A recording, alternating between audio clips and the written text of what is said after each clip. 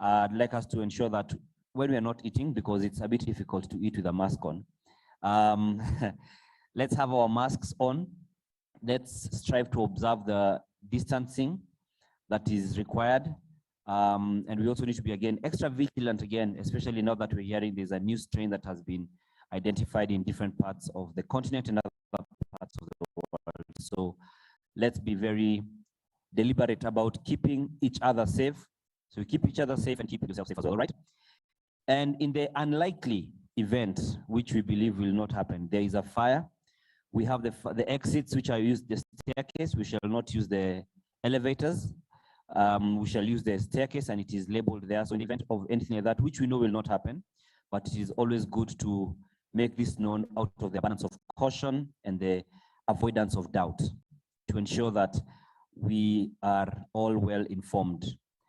Aside from that, I will just like to let you know that we're going to have a very good conversation today when it comes to the pedagogical leadership in Africa, that's PedaL, and just understanding the different dynamics of the same. And maybe I just want to take a random sample of responses. We also have our audiences who are joining us online, so welcome to this meeting as well. We shall be having some engagement with the those who are online, both by way of being part of the panels or otherwise.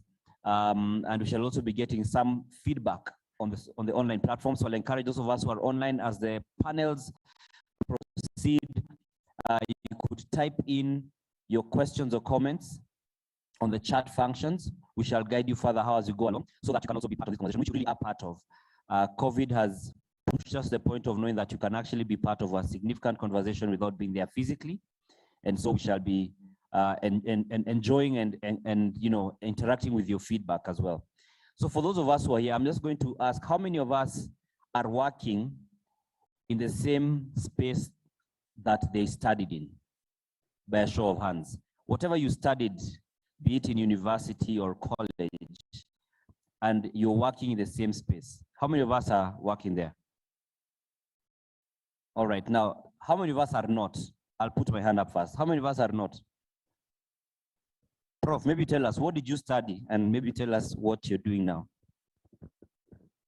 I did physics and engineering.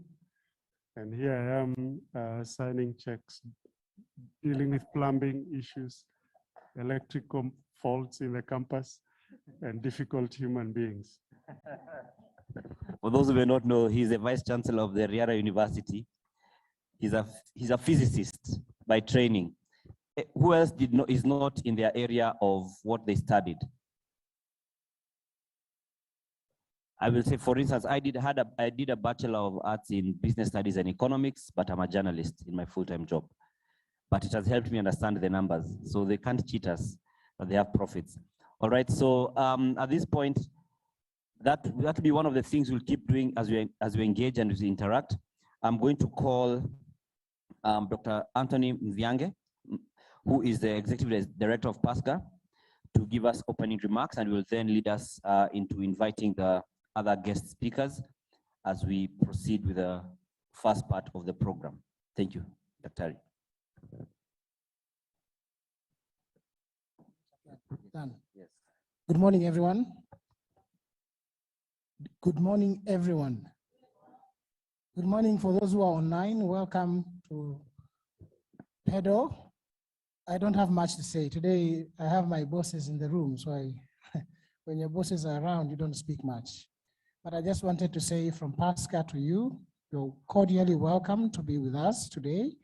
We are hoping to have very engaging, illuminating conversation on the issues related to pedagogy in Africa, teaching excellence. As you all know, PASGR has been at the center in the last 4 years of championing efforts towards improving pedagogy in Africa.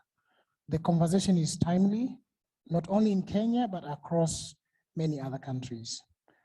Let me also recognize in this room a few people.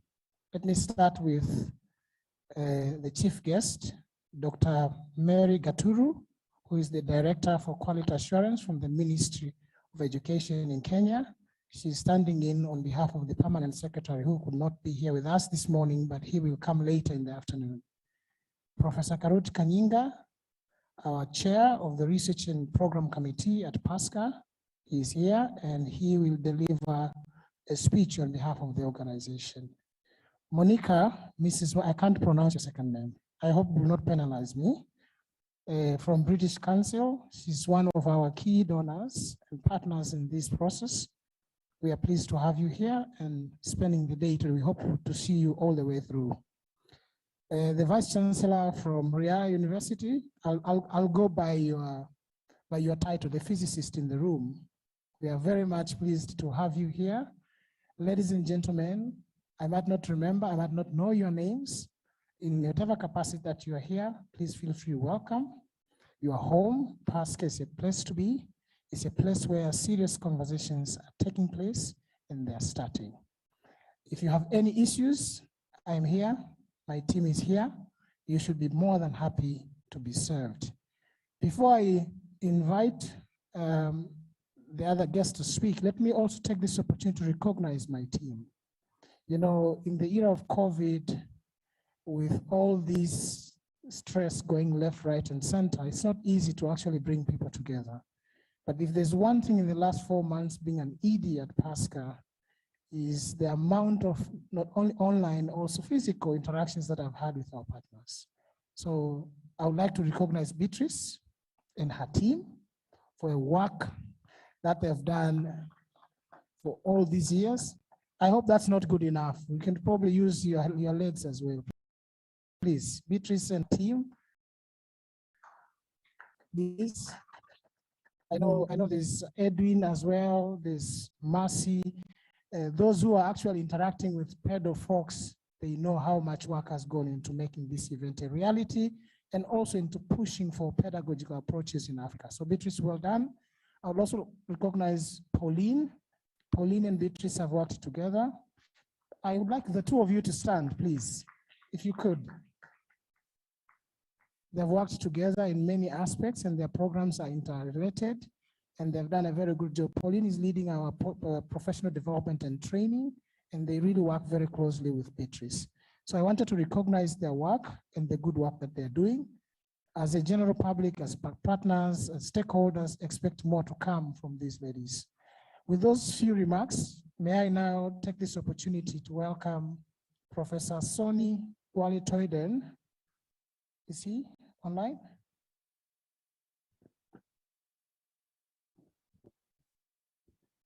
Thank you very much.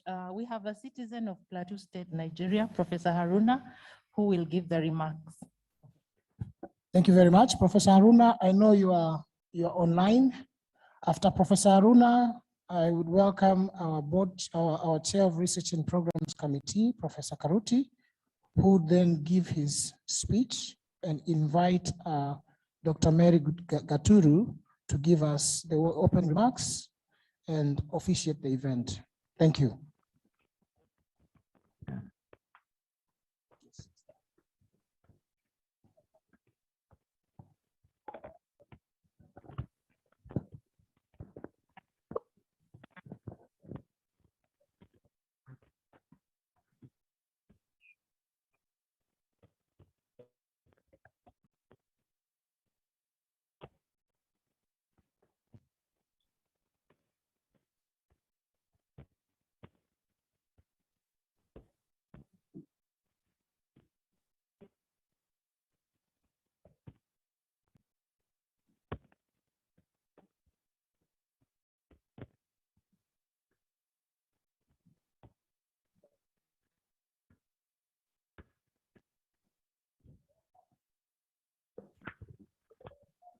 Professor Haruna, we are ready for you.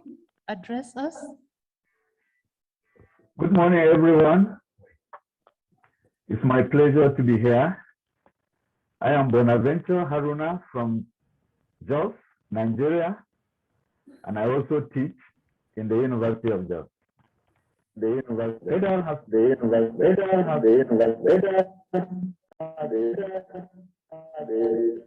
PedaL has transformed the pedagogical landscape in Africa from the restricted face-to-face teaching, teacher-centered learning, to technology-enhanced pedagogy, which is more captivating, learner-centered, and this is a great milestone that has never been before in Africa. However, I appeal to the beneficiary institutions to develop a policy framework to support online teaching and learning. What PedaL is doing to us, if it is not given an institutionalized policy framework, it means both staff and students can decide to embrace it or not embrace it.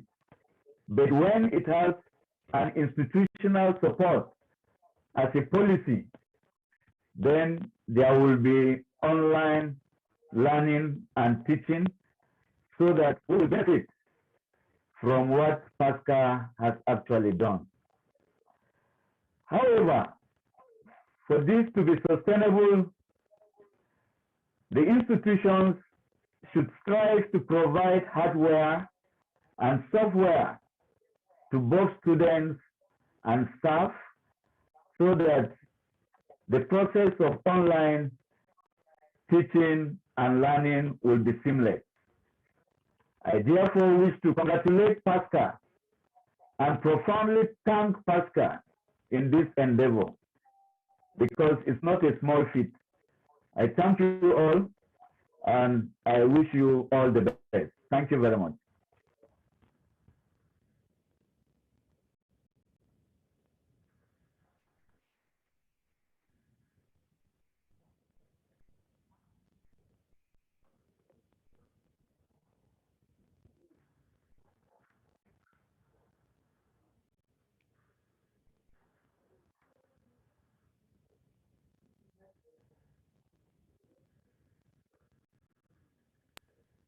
All right, thank you very much. Thank you very much, Professor Harun, for your Thank you, my submission. pleasure. Is he still talking? Are you finished? Okay. Thank you very much for your submission. The fact that we are being able to hear a speech all the way from Nigeria speaks to the technological improvements in the way technology can change not only the way we communicate, but the way we actually can deliver some of the work that we are doing, including pedagogy and training. Most of the good work that has been done by PASGR has been online, especially with the onset of COVID-19. And there's so much that needs to be done. And I'm sure this day, by the end of today, we will leave here with so much knowledge and enthusiasm to see so many things done in the right way.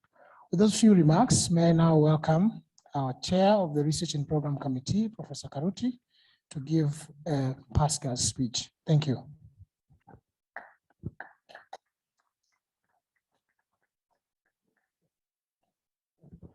Good morning, everyone. Madam Dr. Gaturu, the Vice Chancellors who are here, colleagues from other policy and academic spaces, may I begin by saying that it's my pleasure to welcome you to PASGR's event and a place where we are going to discuss what to do in order to build the capacities in our universities for better teaching. But even before I get into details of my welcoming remarks, let me begin by pointing out some nuances that many people, including those who are in PASGR, who may not know the origins of PASGR itself as a Pan-African body. Because it was way back in the early 2000 period, when in a meeting in London, some of DFID colleagues and some of us were meeting on the signs of a meeting organized by IDS Sussex, where we started talking about the crisis of social sciences in Africa. And the discussion on crisis of social sciences in Africa was not brought by anything else, but by the recognition of the fact that many disciplines had scholarships for mentorship, scholarships for training, in different fields. By that time, AERC had grown robustly to address capacity in economics as a discipline. And the University of Nairobi Department of Economics, Makerere University, and the University of Dar es Salaam had taken a leap in trying to build capacity for economists. And I hope many people recognize that actually many economists in all national treasuries are trained by public universities before anything else, through scholarships. And that itself started ringing a bell that, wait a minute, what's happening to political science? What's happening to sociology? What is happening to development anthropology and other social science disciplines? Only to realize that actually the training opportunities for those disciplines and become very minimal, because the universities were not providing scholarships, neither were international development organizations providing those kind of support. And at the University of Nairobi Department of Political Science and IDS, we were requested to do a short study across Africa with different universities, Ibadan, University of Ghana, and a couple of other universities, to look at the number of trained PhDs in those departments. And it was very shocking that actually there is a university, I will not mention it, that had less than 8% of its staff with PhDs in social sciences in those departments. And as a result of that, colleagues from DFID started asking the question, how do we build the capacity for social sciences to promote governance and the development? Those were the origins and the nuances that are really captured. I have mentioned that simply because when I stand here, I know we have a crisis of higher education in Africa. This crisis began, of course, with the structural adjustment programs of yesteryears. But there is a damned form of crisis that is rarely recognized. The crisis of governments not recognizing the role of tertiary education and the role of universities in national development. I am yet to see an African government that goes out of its way to procure services of universities in delivery of programs, in social development, and many other places. And I'm speaking with a lot of authority, knowing very well that Vietnam, among other countries, came and picked our own researchers from Roiro Coffee Research Foundation when we neglected that institution. Now Vietnam has already outcompeted Kenya in terms of coffee production. I'm speaking with authority, knowing very well that Kenya's economy was 1.5 times more than Chinese economy in 1990 and 1991. Per capita incomes in Kenya were higher than that of China by 2 times more. Today, China has got 10 times more than the Kenya's economy. I'm speaking with authority, knowing very well that Brazil itself was at par with Kenya in many, many regards. The same with Indonesia, until very recently. We outperformed many countries. The time we were outperforming these countries, university education was highly valued. By the way, I went to the university when we were even eating ice cream. I was having a 4-meal course. I'm serious. I was having a 4-meal course and I was on government scholarship, but very well looked after. And because we were being looked after, we were genuinely students who are committed to a cause of making the country a better place. Many of us started publishing even when we were students because the environment allowed it. We were not at the university for anything else but for contributing to national development. And it's sure indeed we did that. But I'm raising this argument again because there is a crisis. And that crisis is also a crisis of public funding of universities. And not only in Kenya, it's across Africa. Mind you, it's a crisis that African governments are facing.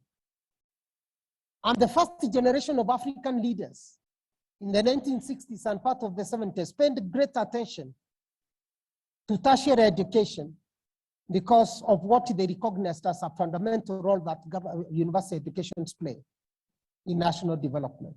I think it may be important for us to start asking, where did the rain start beating us?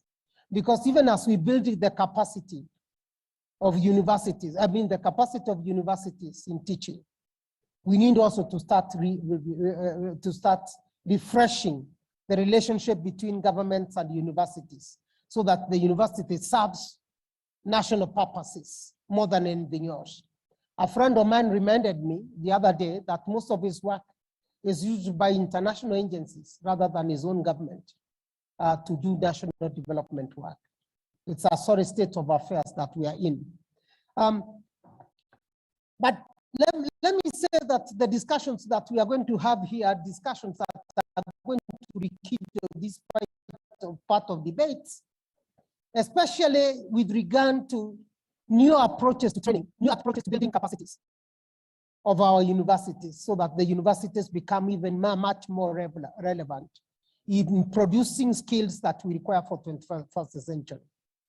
As PASGR, that is what we want to call our major commitment, to address those particular challenges that I've mentioned. But we cannot do it single-handedly. We have got to do it in partnership with many, many other people. It is our commitment to ensure that we remain a vibrant organization that is committed to good research, but valuable research. An organization that is committed to producing research that will inform policy making. So that we have got policies in various countries of Africa, policies that are informed by research. Sometimes when I'm in my usual element, I say that in Africa, governments actually prefer making policies using witchcraft rather than science. And if you don't believe me, I'll give an example and you'll tell me whether I'm wrong. When Zimbabwe was facing an oil crisis, President Mugabe went and looked for a witch doctor who cheated that there was oil coming from a certain rock. Did you remember that international news?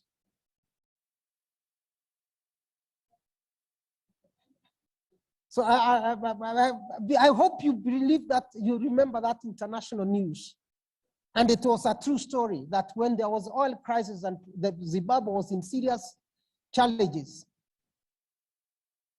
a certain woman said actually she has dreamt of oil coming from a certain rock. And cabinet ministers were mobilized with their troopers to go and see that, inspect that rock, which was wet. Now, this is why I'm saying this is a crisis where we don't believe in science. And this is what we would like to start. This is with a light touch, but I'm very serious about what I'm saying. There is a need for us to go back to the drawing board and start respecting science in the making of our policies so that at least the development policies that we have across the continent are informed much more by evidence than in anything else. I teach at the Institute for Development Studies, where throughout our history, we are the ones actually who used to produce national government development policies. We are the forerunner in producing development policies from 1965. The researchers who are there were committed to supporting government in many ways. And that relationship has continued. Because even to date, in one way or the other, even after Kipra was born, we have continued that particular relationship. It is this particular kind of relationship between universities and government that we need to foster and start putting attention to the need for evidence-led policy-making process across Africa. Because unless we start thinking about the role of research in this manner, then we shall continue having research being neglected as much as in the making of our policies. And I'm repeating this on account of the argument that in many instances, the research that is used to inform government policies across Africa, sometimes it's research that is not produced by African scholars.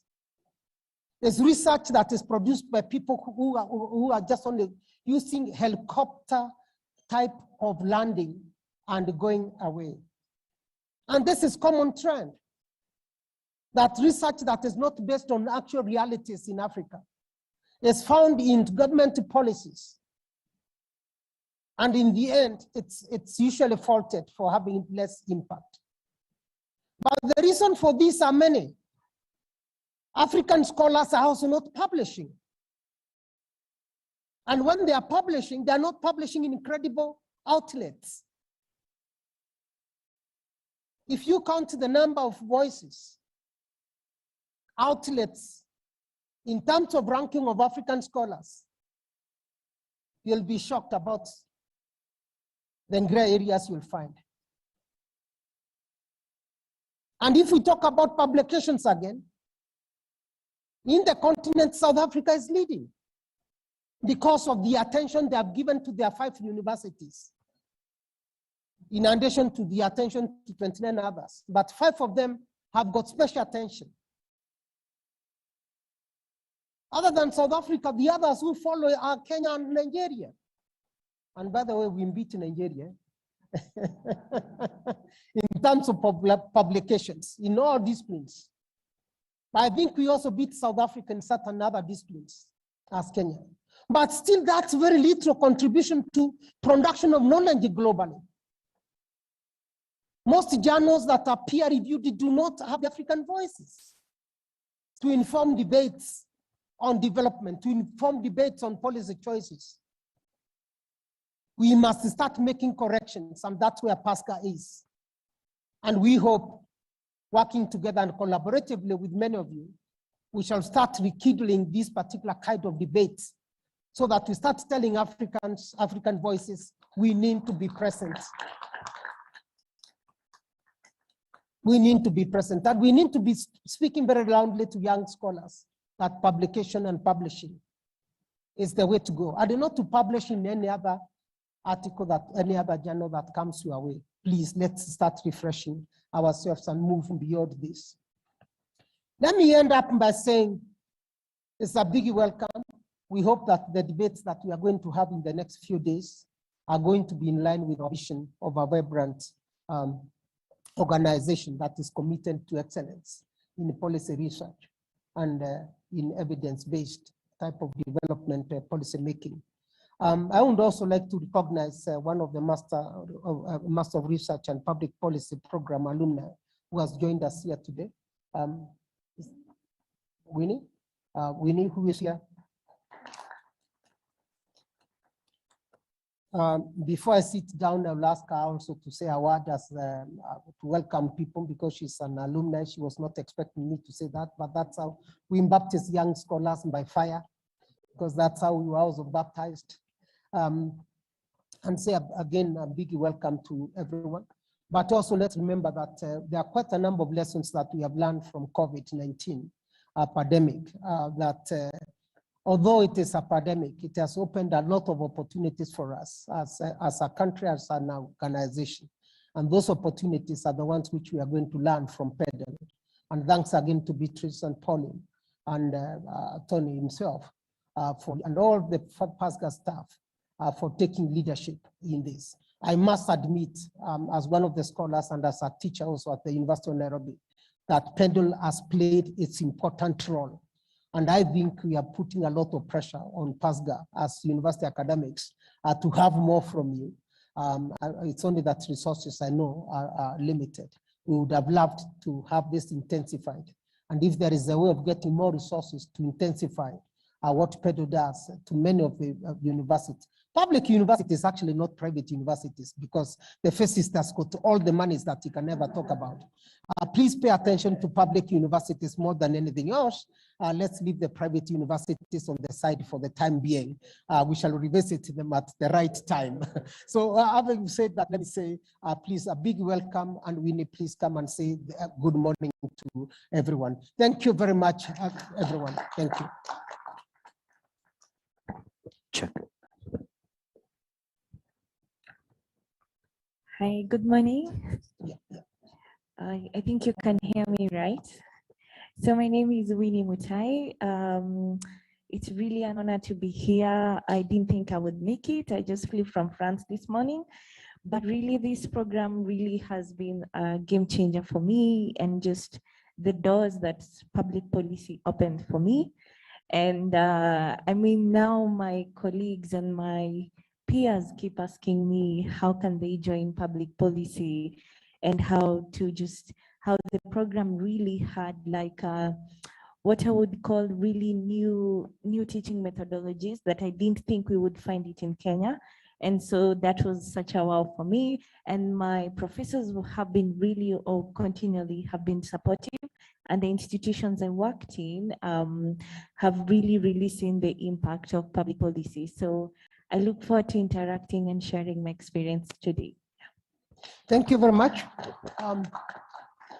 So at this point, let me organize, let me invite our chief guest, Dr. Gaturu, who is coming to speak on behalf of our PS Julius Juan, who could not make it, but he'll be making it later on this afternoon to come and say hi to us during the closing period.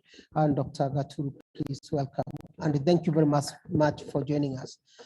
She also joined with me at the university when the university was a university. I must say that. Thank you. As you've been told, my name is Dr. Mary Gaturu. I am a director of quality assurance. I have come here to present my PS, Dr. Juan. He would have really wanted to be here, but he has promised before you close, he'll be able to join. So you allow me to just lead the speech, because when you are sent, you're supposed to just lead the speech. When you hear me say I and my, it will not be me, it will be Dr. Juan that is saying it. So it's quite a long speech, but I want to believe I'll be able to manage it within time. I don't know whether I use, of course I have to keep removing some papers.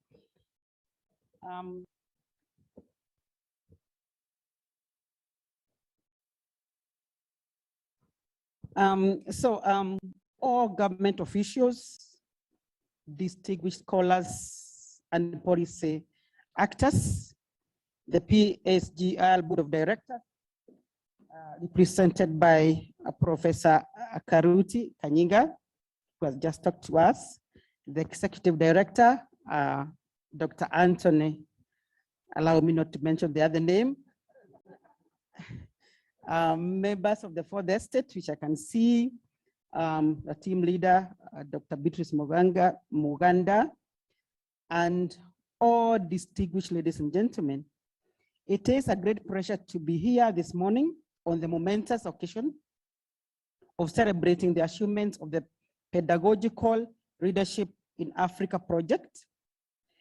Education and skill development is at the heart of my ministry's work, and I therefore feel very comfortable to be among the professional friends and colleagues.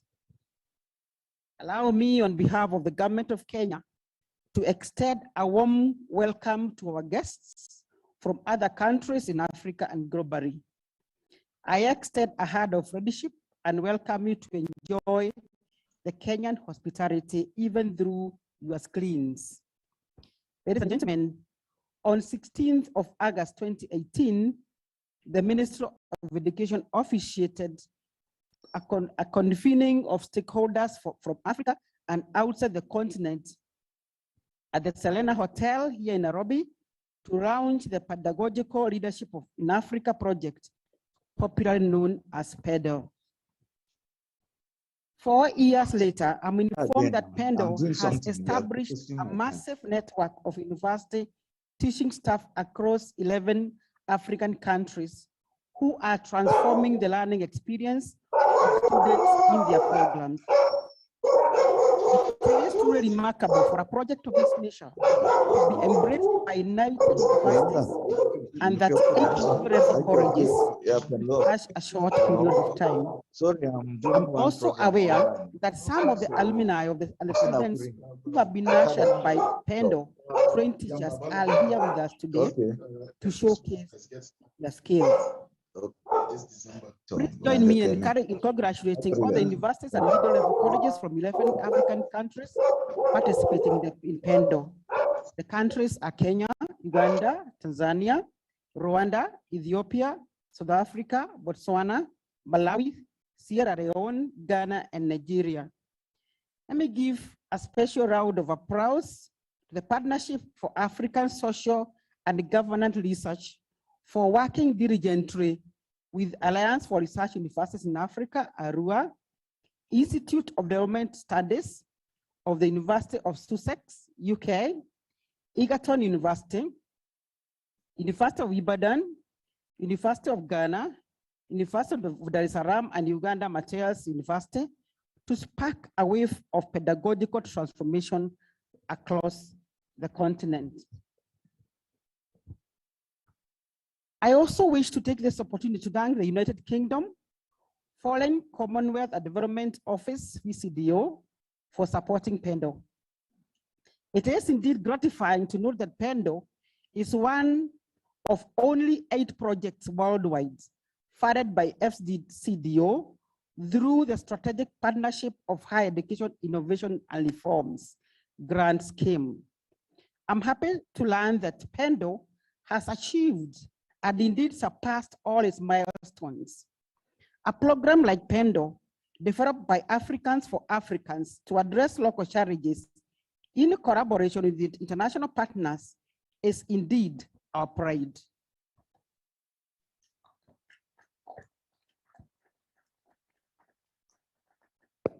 PedaL, like other projects, seeks to transform the quality, relevance, access, and affordability of higher education. These are issues that are not only very close to my heart, but also the focus of continental and global attention. Ladies and gentlemen, education is central in deriving aspirations of the African Union Agenda 2063, as well as SDGs.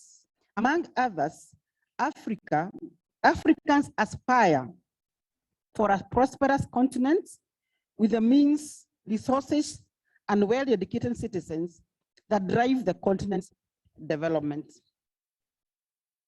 A key catalyst is the Continental Education Strategy for Africa, CESA, 2016 to 2025, for strengthening education and training systems. The ministry pursues an education strategy that is aligned to the Sustainable Development Goals, in particular, SDG 4, that binds member states to provide basic education for all and to facilitate equal access to affordable and quality technical, vocational, and university education by 2030. It is worth to note that advancement of all these SDG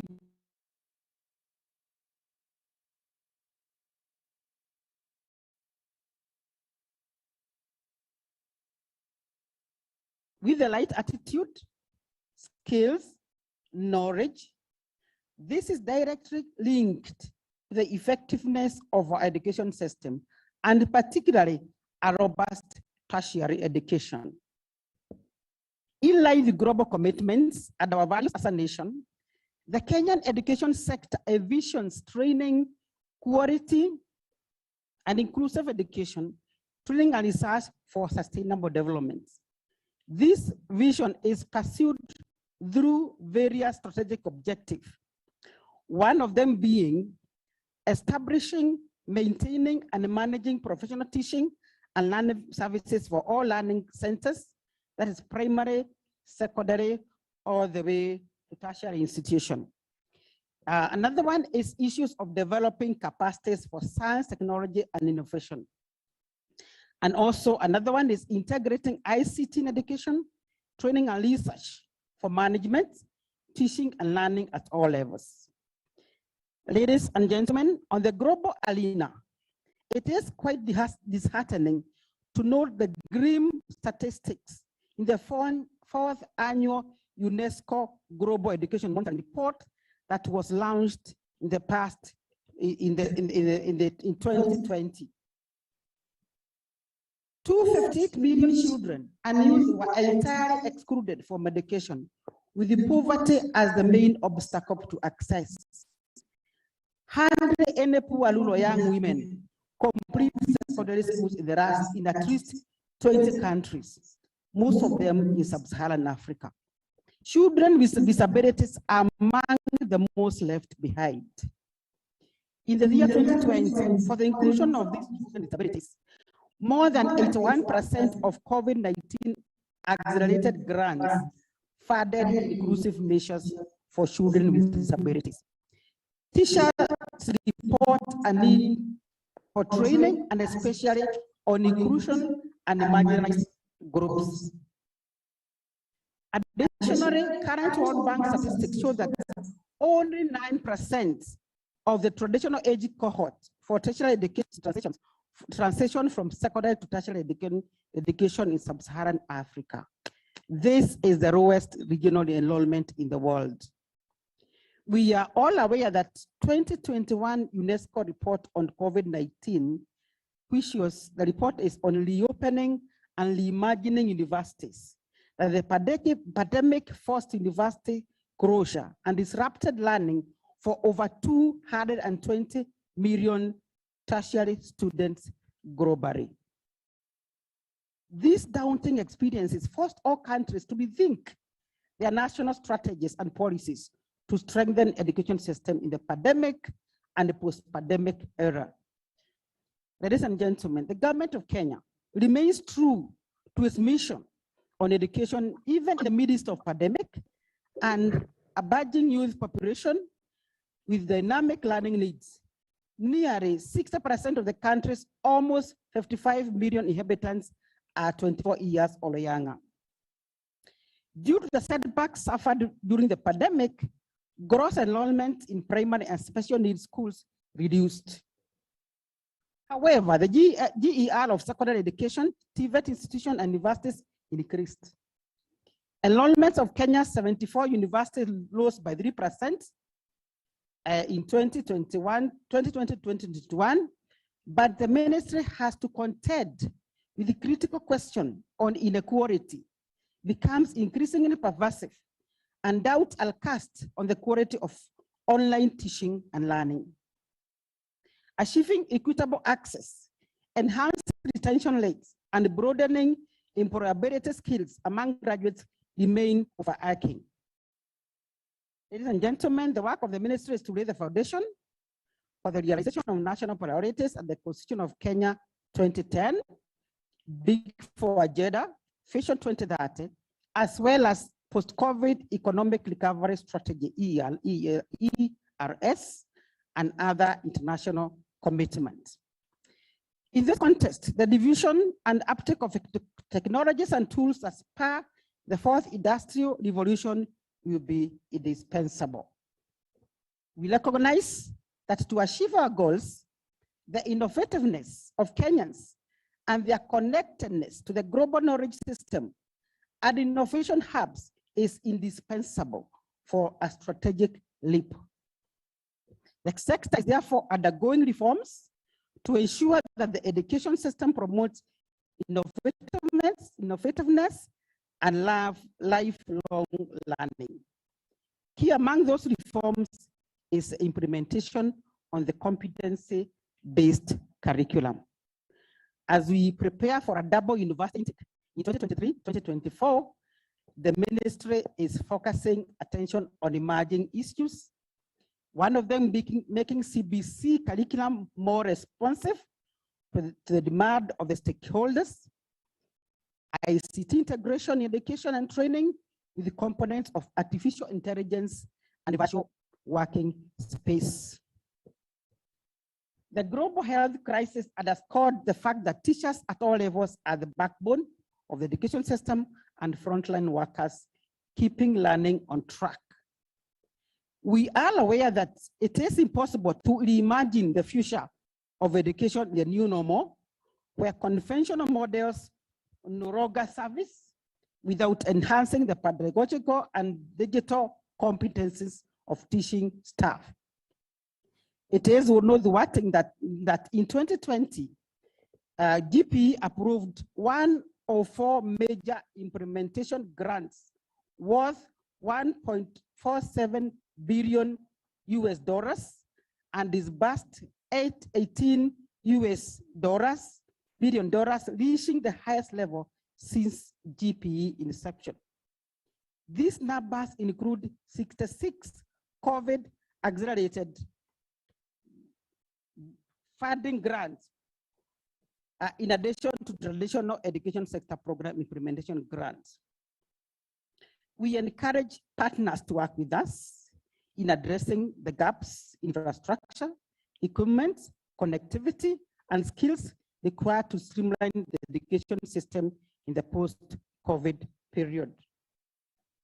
At the university level, Kenya's harmonized promotion criteria for university teaching staff recognizes pedagogical training as key element.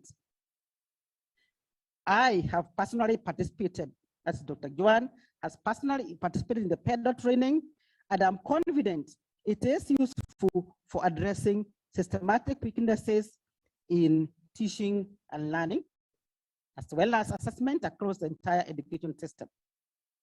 There are clear complementaries between PEDAL approach and the skills needed for teachers to develop and consolidate student competencies from one level of education to the next.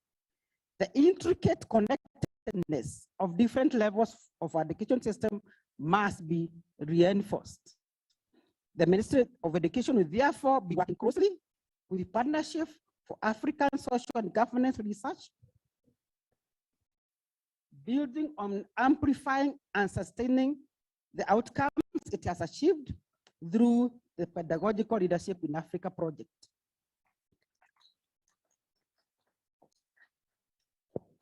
As I conclude, I congratulate you for establishing and sustaining an impressive continental collaboration and fostering a melting pot for great ideas. Let me, however, caution that the true mark of success lies in what we invest in, and at the same time, draw from this network to keep it thriving across disciplines and countries. I urge you not to rest on your laurels, but to focus on keeping the PEDAL network alive and resourceful.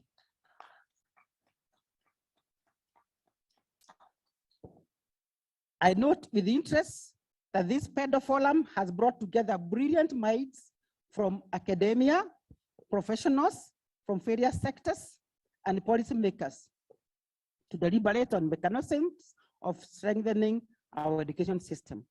I thank you for investing your valuable time in this urgent and timely conversation and building capacity for pedagogical and transformation.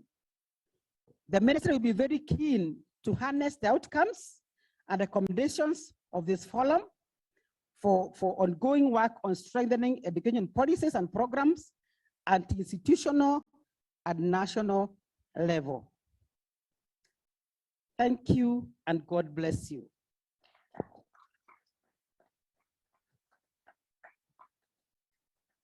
I now declare the PEDAL Stakeholders Forum officially launched.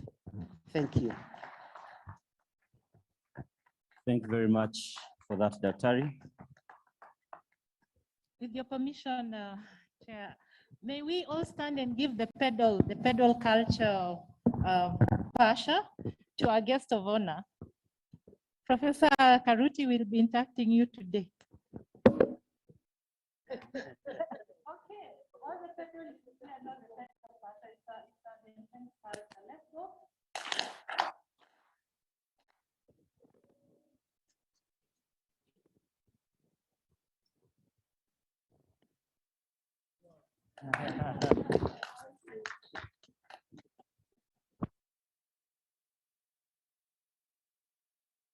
Thank you for that, Mama PedaL.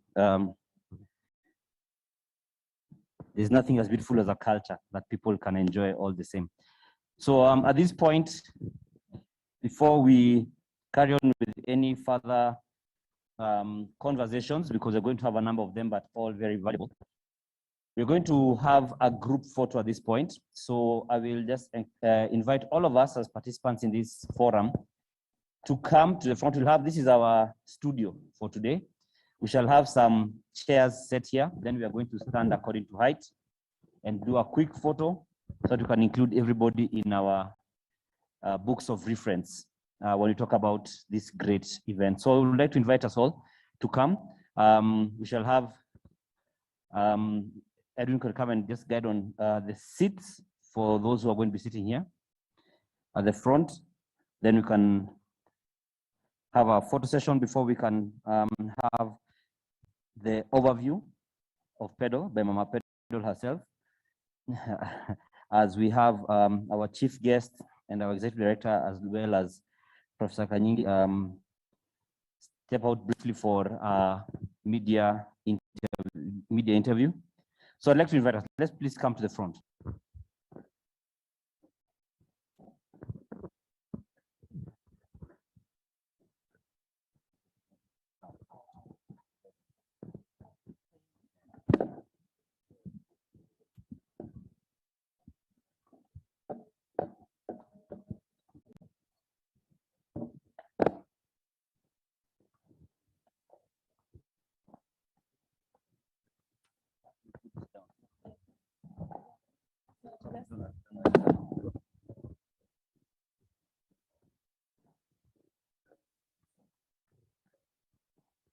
Karibuni, karibuni.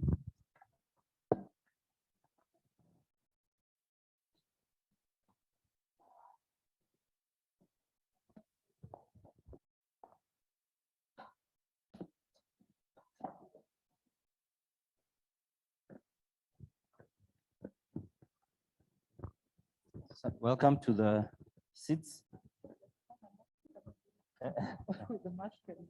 Yeah, really good.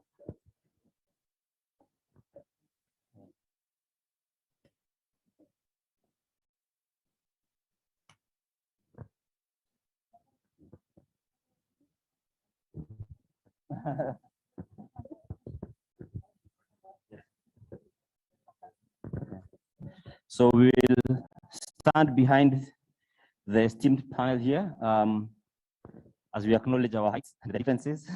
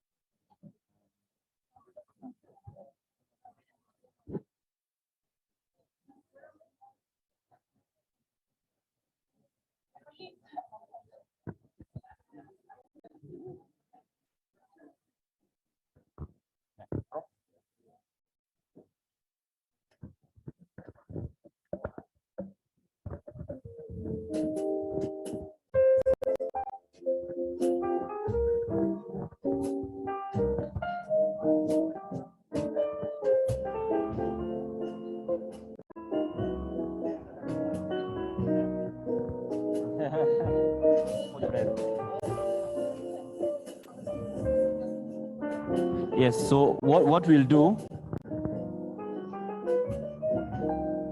all right, let's remove our masks. Know that we're in that position of not moving around. Then he will help us make sure we don't hold our breath forever.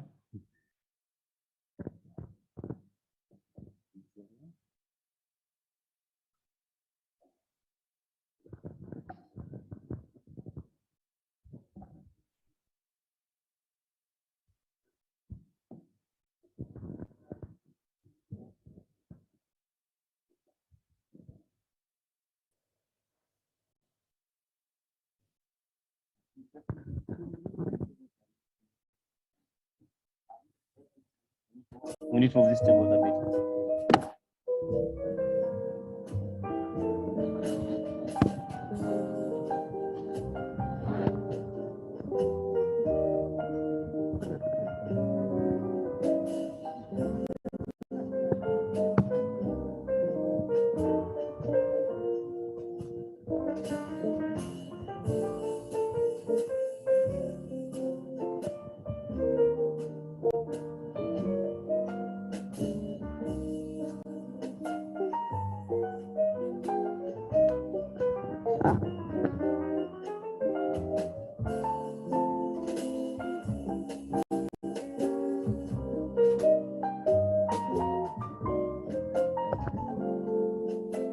All right, we'll just request our online audience to just bear with us for a bit.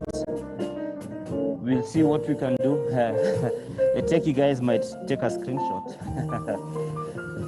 But we're just appreciating the team that's here in Nairobi as we prepare to go to the next session. Look at the camera, smile. It's a good day.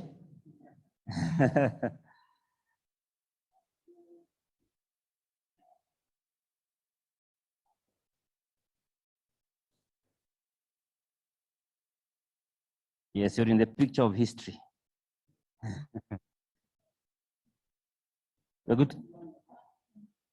Let's put our masks on and put them on well.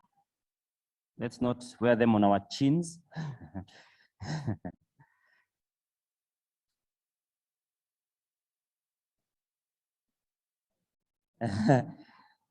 We have learned to exercise our faith, so we believe that you're smiling. We have a firm belief that you're smiling, but they say you also smile with your eyes. So may your eyes do the talking, or do the smiling. All right, smile with your eyes. You know, some of us may be cheeky, may be showing their tongues behind the masks.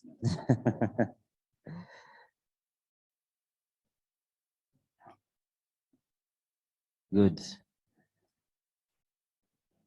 Thank you very much.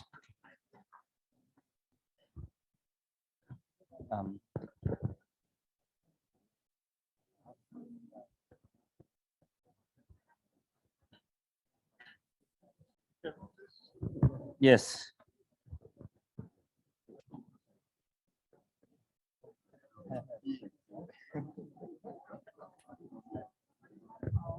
How are you, sir? So sawa?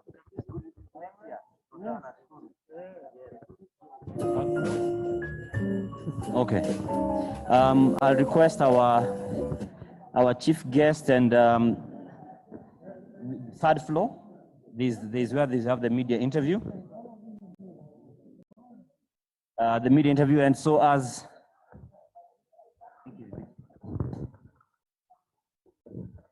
all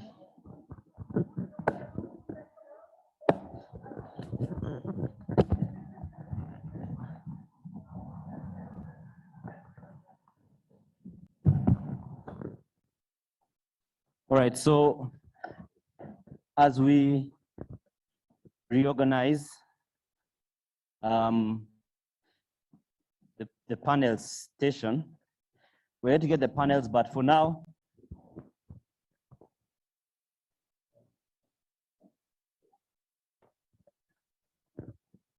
all right. Once again, thank you very much for being part of this. Both of us who are here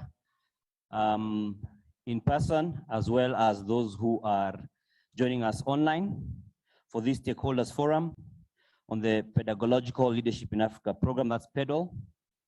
And we are going to be getting to understand what this is about, then get deeper into the meat of this forum, because we're here not just to share the challenges, but to also come up with solutions and ways forward so we can ensure that the challenges that are being experienced currently are not going to be eternal challenges, that we shall know how to surmount them as a continent and as the individual countries. Once again, just to remind us, we are still in a pandemic, so I'd request that we be very deliberate about observing the COVID-19 containment rules. And aside from that, make sure that you're your brother or sister's keeper. So in case someone forgets, let's just politely remind them. And then we shall have a great experience. So as we proceed with the program, I want to once again, I'd asked a question earlier on in regards to those of us who are working in the area that they studied in. Maybe the tech team can guide on whether we have any feedback from the online audience. If there's anybody who is in the space in a space that they did not study for, or they found a significant disconnect between what they studied and what they found in the marketplace. It would be interesting to just read some of that feedback. So those of us who are online, you could just type into the chat function. And as we go along, we are going to sample some of those to ensure we can get a clearer picture of the actual situation in as far as having the challenges that have been outlined, which we are seeking to find solutions to in this forum. For those here in Nairobi, I don't know, by a show of hands, how many of us are employers or at a place where you employ and you've had to retrain new staff who've come from even university? Show of hands, have we experienced that? Right, I see there are people who've experienced that. Prof, you've experienced a lot. You know, and I can see Madam Monica as well has raised her hand where you, and I know she shall be on the second panel, just telling us what exactly her experience has been, where you have to retrain individuals, and we shall pick up on that. So as we go along the program, we'll see which comments you can sample in regards to the conversation that is ongoing. So for now, I'd like to invite Dr. Beatrice Muganda, who is the Deputy Executive Director and Director of the Higher Education Program at PASGR, who is going to paint the journey for us, the journey of PedaL, the pedagogical leadership in Africa. And it will be very good to hear what she has to say because they call her Mama PedaL. So she's coming to introduce us to her baby once again, afresh. So she's the one who came in and gave us the culture of, you know, what they say they've inducted Professor Kanyinga into. So welcome, Daktari. Let me just, is the other mic on this side? It's here, I had cleaned it.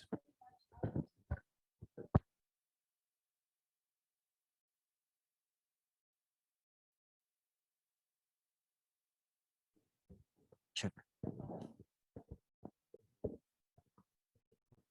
Yes. Stand again.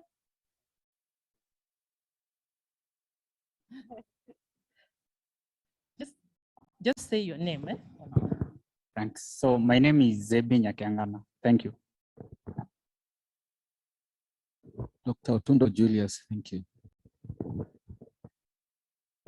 Okay. Winnie Mutai, thank you. Thank you very much. That introduction was important because our journey started with the Master of Research and Public Policy program.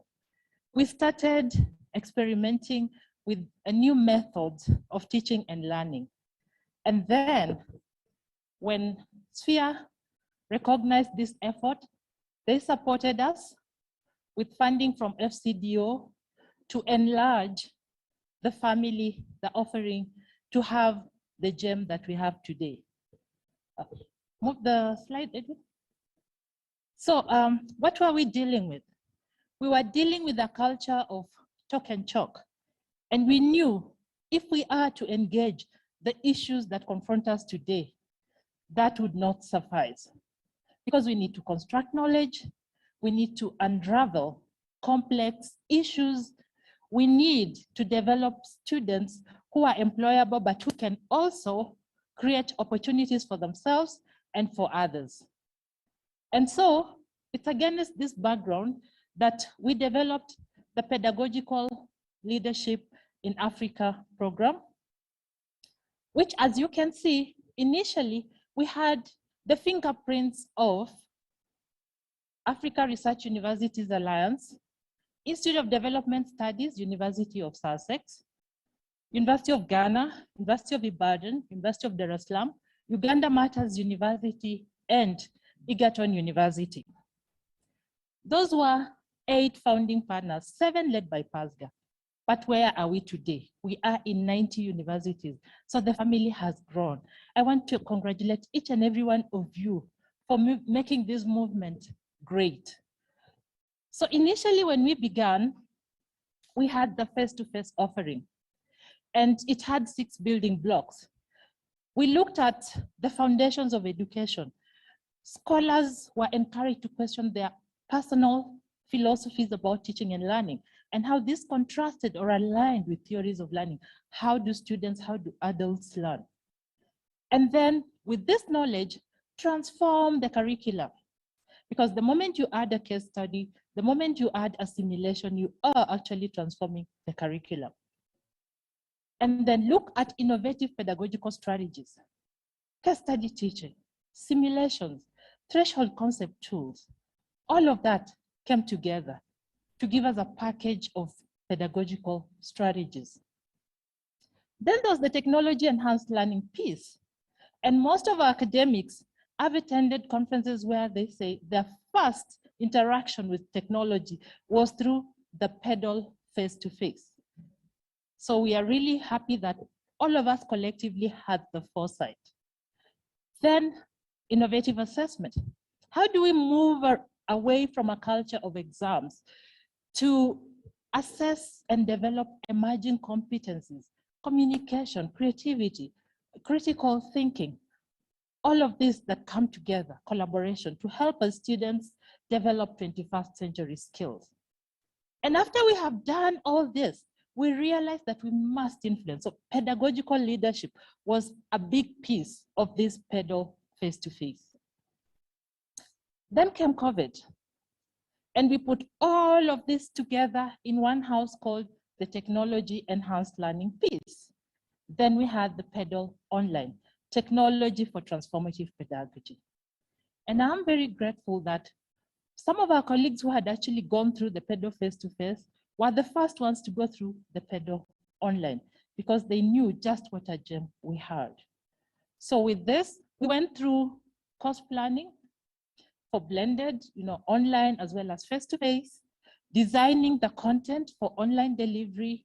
We moved away, we helped our academics move away from the culture of just posting notes or slides that students download to really engaging wikis, journals, discussion forums, Jamboards, to create an engaging and collaborative learning experience. And that was through the facilitation piece. And then we had innovative assessment, all packaged together to give us the PedaL Online. Let's move on. So from this PedaL Online, we get immediate results that make this course really worthwhile. From the course design, we get redesigned course outlines. From the facilitation, we get model session plans. From innovative assessment, we get e-portfolios and rubrics. And e-portfolios have really been a game changer. Most of our academics learned about e-portfolios for the first time in PedaL. Let's move on, Adrian. Okay, so I just want to emphasize that while we put this together, we also had our eyes focused on global perspectives, global standards.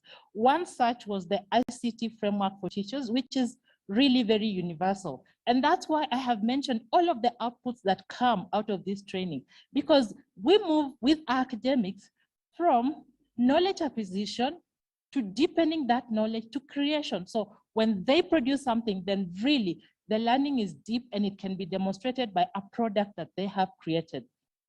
We have also looked at other standards, and we have worked closely with the Institute of Development Studies, University of Sussex. We had colleagues from Open University UK. We also had colleagues from the University of Minnesota in the US working with us on the case studies and technology enhanced learning pieces as well.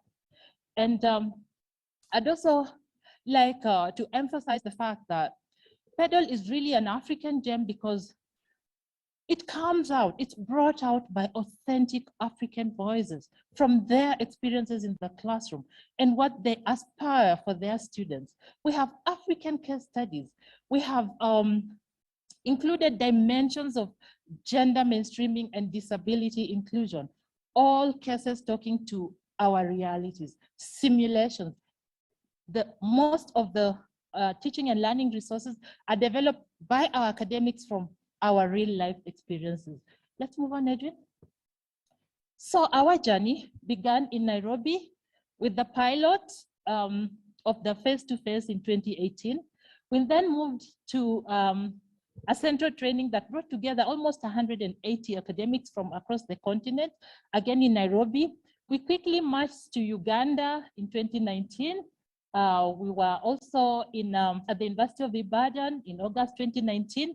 And as we did this, universities were also holding cascading workshops. We had one at Dar es Salaam, Uganda Matters, University of Ibadan, Egerton, and Moi University. Then, of course, COVID hit and PAP. There we were with the PedaL online, Technology for Transformative Pedagogy, from June 2020 until now, and still growing. Let's move on, Edith. So just a snapshot of our experiences with the PedaL face-to-face and what this meant for us. As you can see there, we have a role play on the Ghana elections. And our colleagues in Ghana, I know you are online, you're listening. When it's time to speak, or just type in the chat and tell us our results of the simulation of the Ghana elections 2020. Did we realize those in the real election? So you can see the excitement that there was.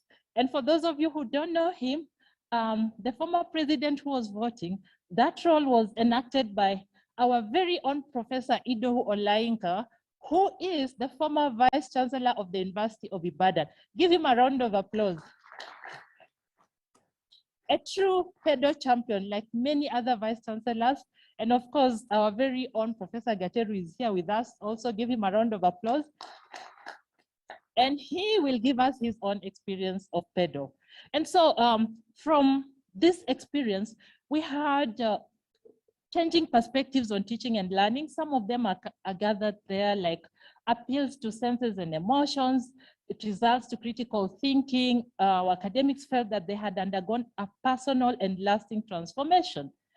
Others also shared that people learn through interaction. People learn when the teacher is a facilitator of knowledge. And this is such a powerful message coming from academics who had traditionally just lectured, or for the most of the time lectured. And you can see we were typing those notes from all the handwritten reports on the charts that we received. Move on, Adrian. Okay. Then came COVID.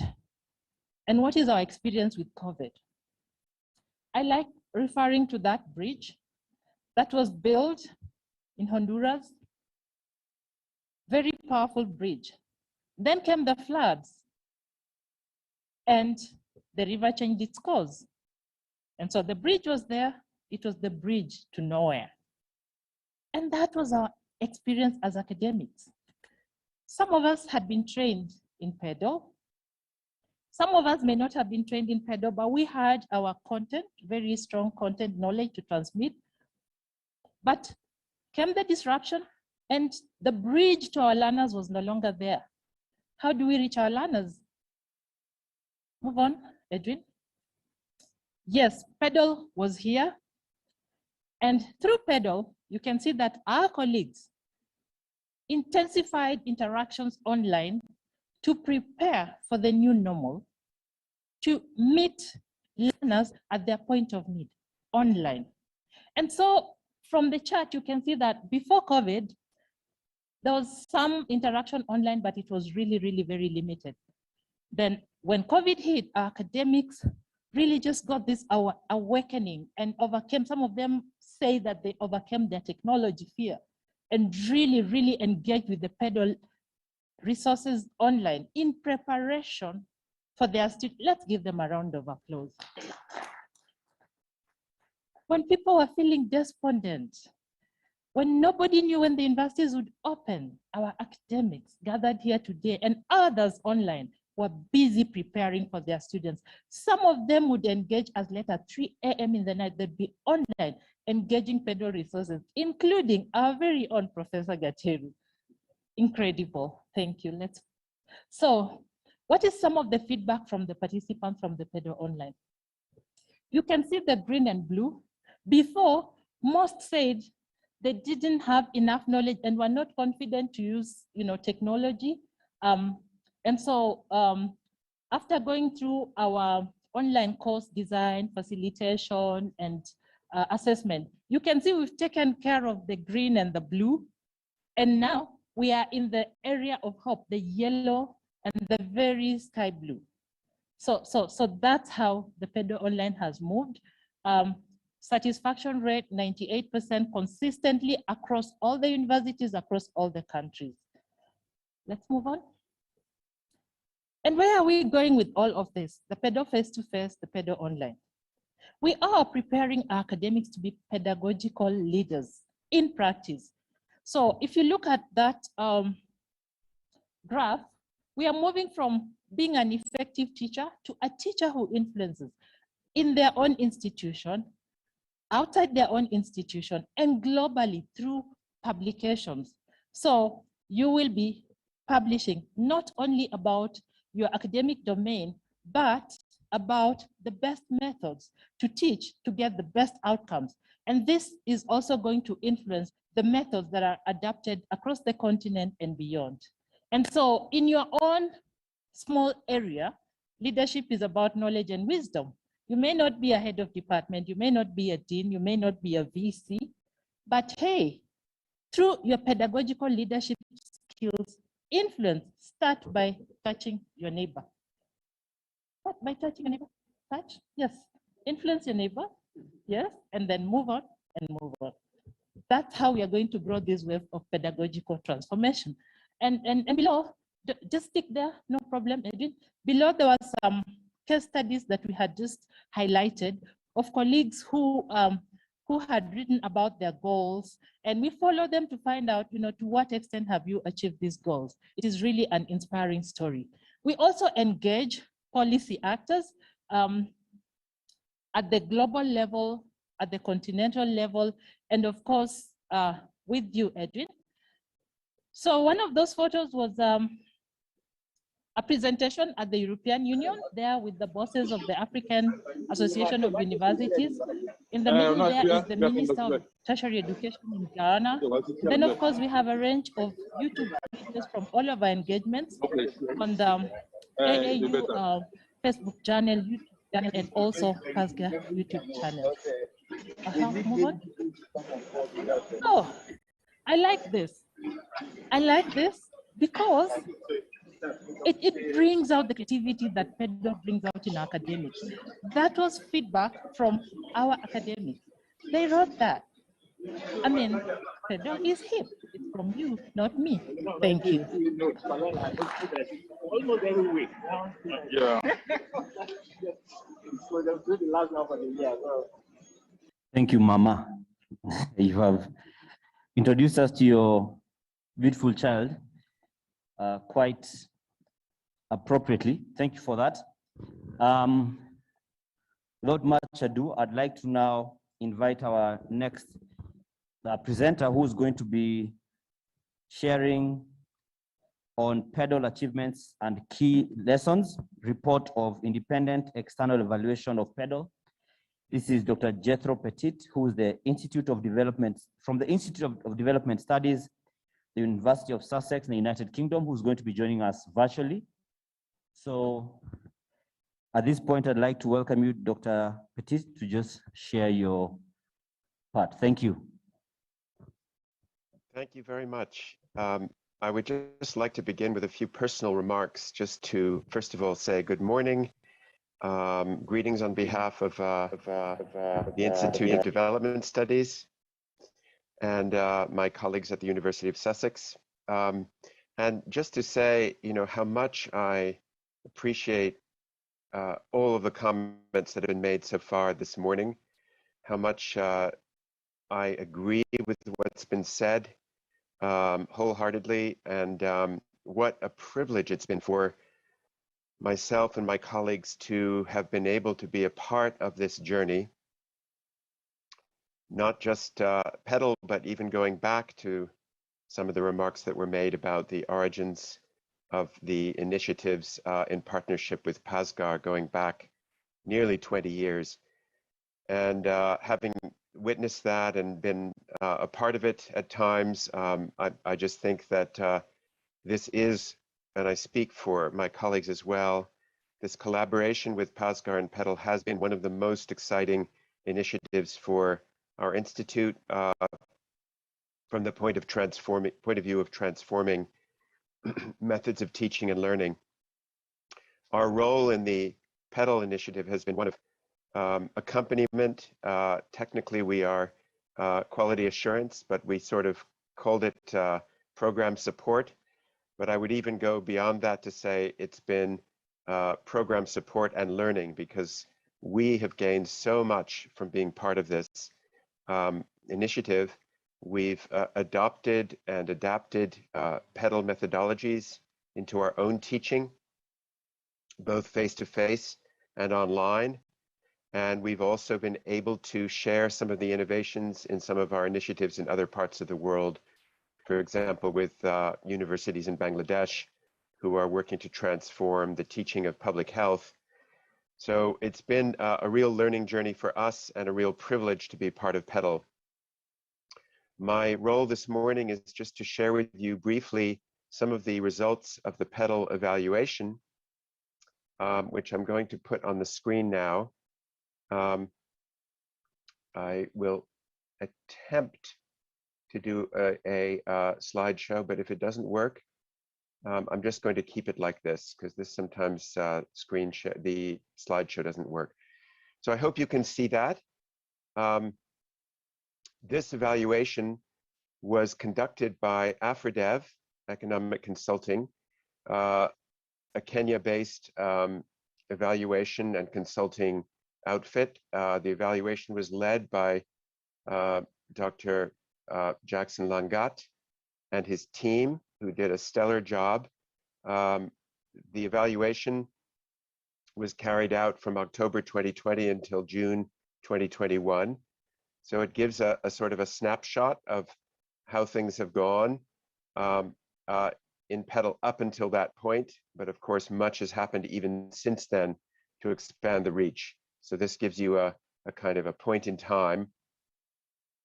I was part of an evaluation steering committee, and I'd like to acknowledge the really hard work of both the evaluation team and the steering committee, some of whose members are also present here today. It's been a pleasure working with you. The evaluation used a variety of quantitative and qualitative methods, interviews, large numbers of statistically significant interviews and focus groups, as well as quantitative data that was gathered and analyzed. To our pleasure, the evaluation team was able to really had significant sample sizes and was able to use a wide set of data that could be cleaned and analyzed to produce, quite robust results that I think we all appreciated. In every case, they met their target in terms of data collection and analysis. The focus of this presentation is really on the outcome level, which is the blue that you see there, which are the two main outcomes in PedaL's results framework. One is about sustained improvements in higher education, teaching and learning that can be attributed to PedaL. And the other is about the impact really at the student level, the ability of the program to contribute to the production of quality graduates that meet employment needs and generate useful knowledge. So I'll present first on one outcome and then on the other. With regard to the first outcome, I'll start just with some of the impacts that were documented at the level of faculty, teaching staff, and the skills that they gained. PedaL by 2020 had trained well over 2,000 teaching staff from over 70 universities. And we just heard from Mama PedaL that this has now reached 90 universities, so 20 more since then. And I believe it's well over 3,000 at this point. There was a lot of evidence of a participatory approach with evidence of strong quality assurance and adaptation. And that quality assurance was provided not only by the PedaL team and by IDS, but also by the quality assurance staff within the partner and other participating universities. The approach was multidisciplinary. We heard a lot about how it began with social sciences, but how quickly PedaL has also expanded to embrace other disciplines, including in the STEM subjects, humanities, and others. The other thing that PedaL achieved was the development of a very strong team of resource people, and I had the great pleasure to work alongside and with colleagues from across the continent in this extraordinary team of resource people who, we really have to hand it to those people because they gave an enormous amount, including of their own time and energy, to make PedaL a success. And there was also quite a bit of external quality assurance and support from external reviews. The level of satisfaction in these surveys was very high. 95 to 98% of those surveyed who had been trained were overwhelmingly satisfied with their training. You know, all these rush things, they didn't even... We might need to mute one participant there with apologies.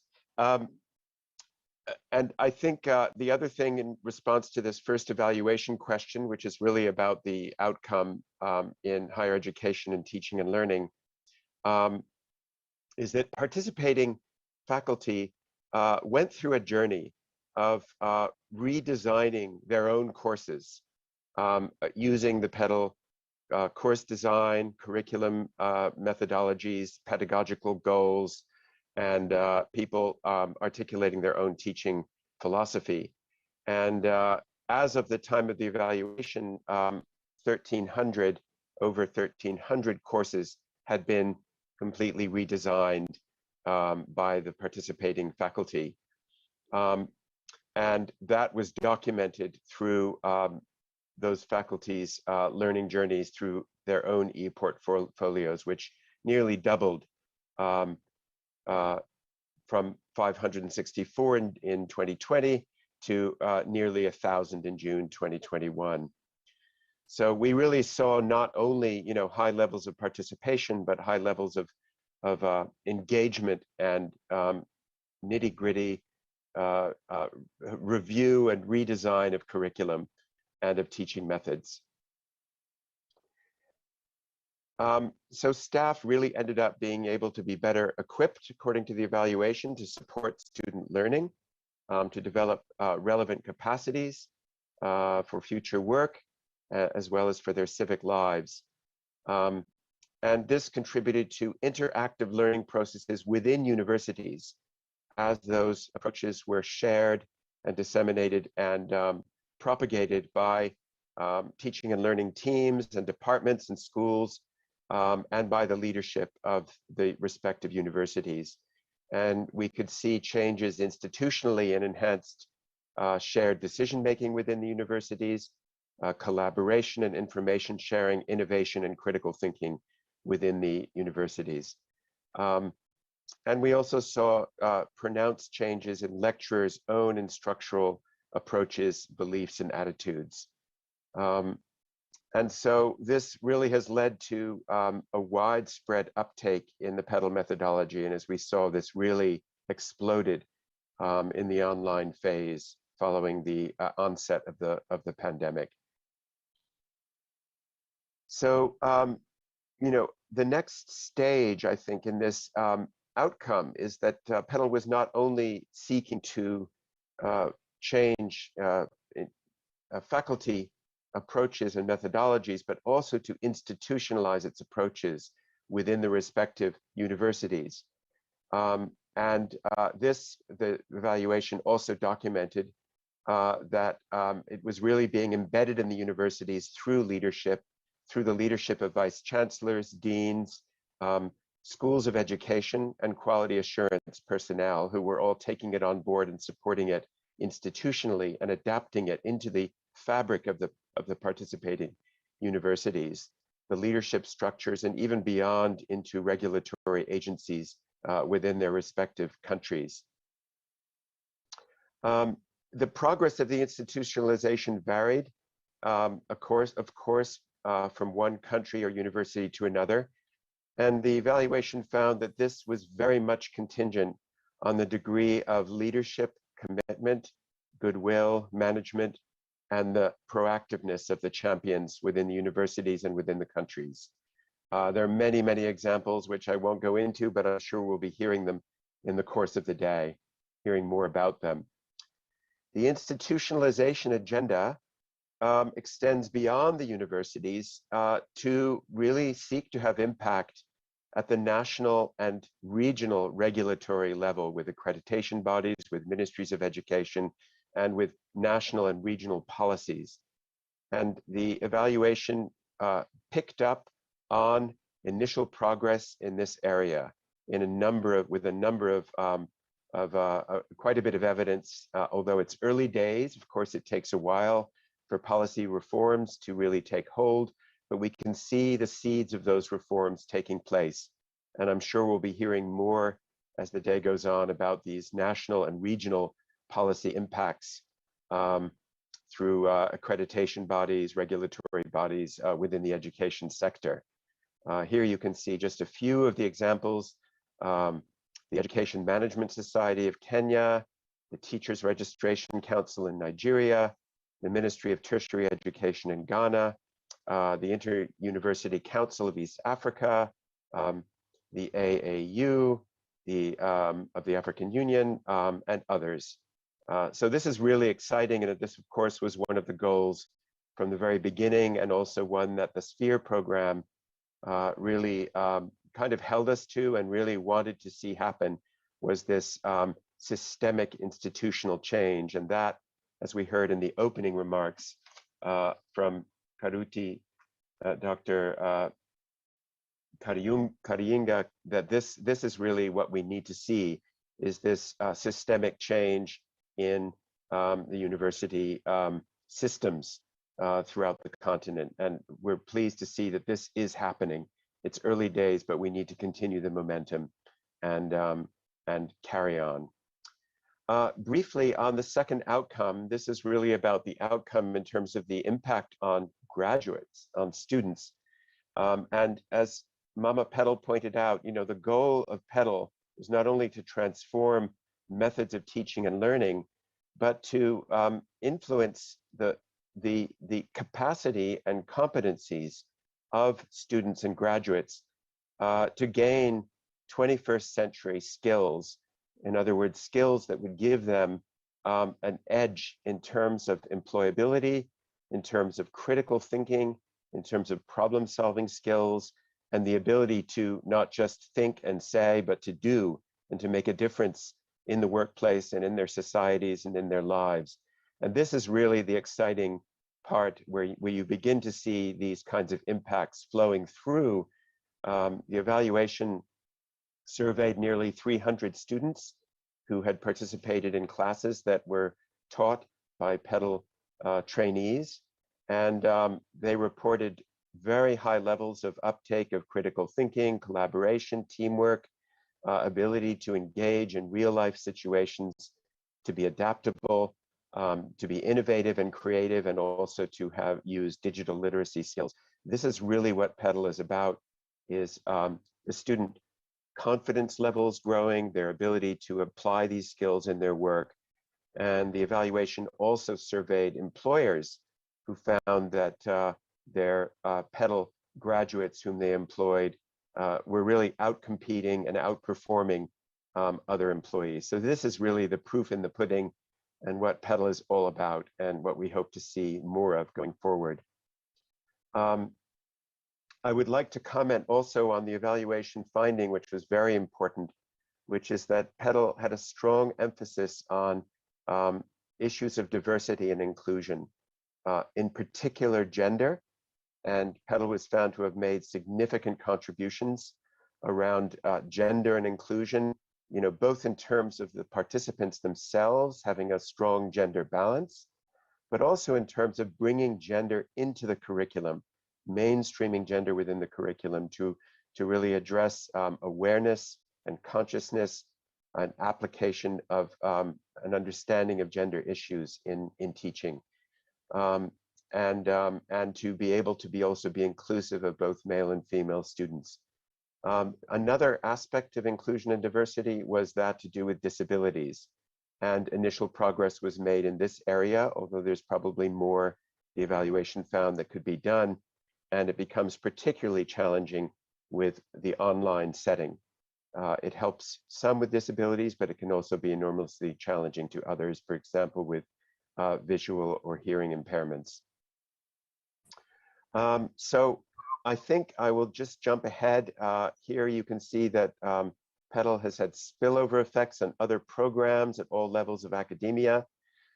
This is just to give you a sense that although it began with a focus on postgraduate social science teaching, lots of the teaching staff have also applied these methodologies to their undergraduate teaching, to doctoral programs, diploma programs, and other professional development courses, and have extended beyond social science into the arts and humanities and into STEM subjects and others.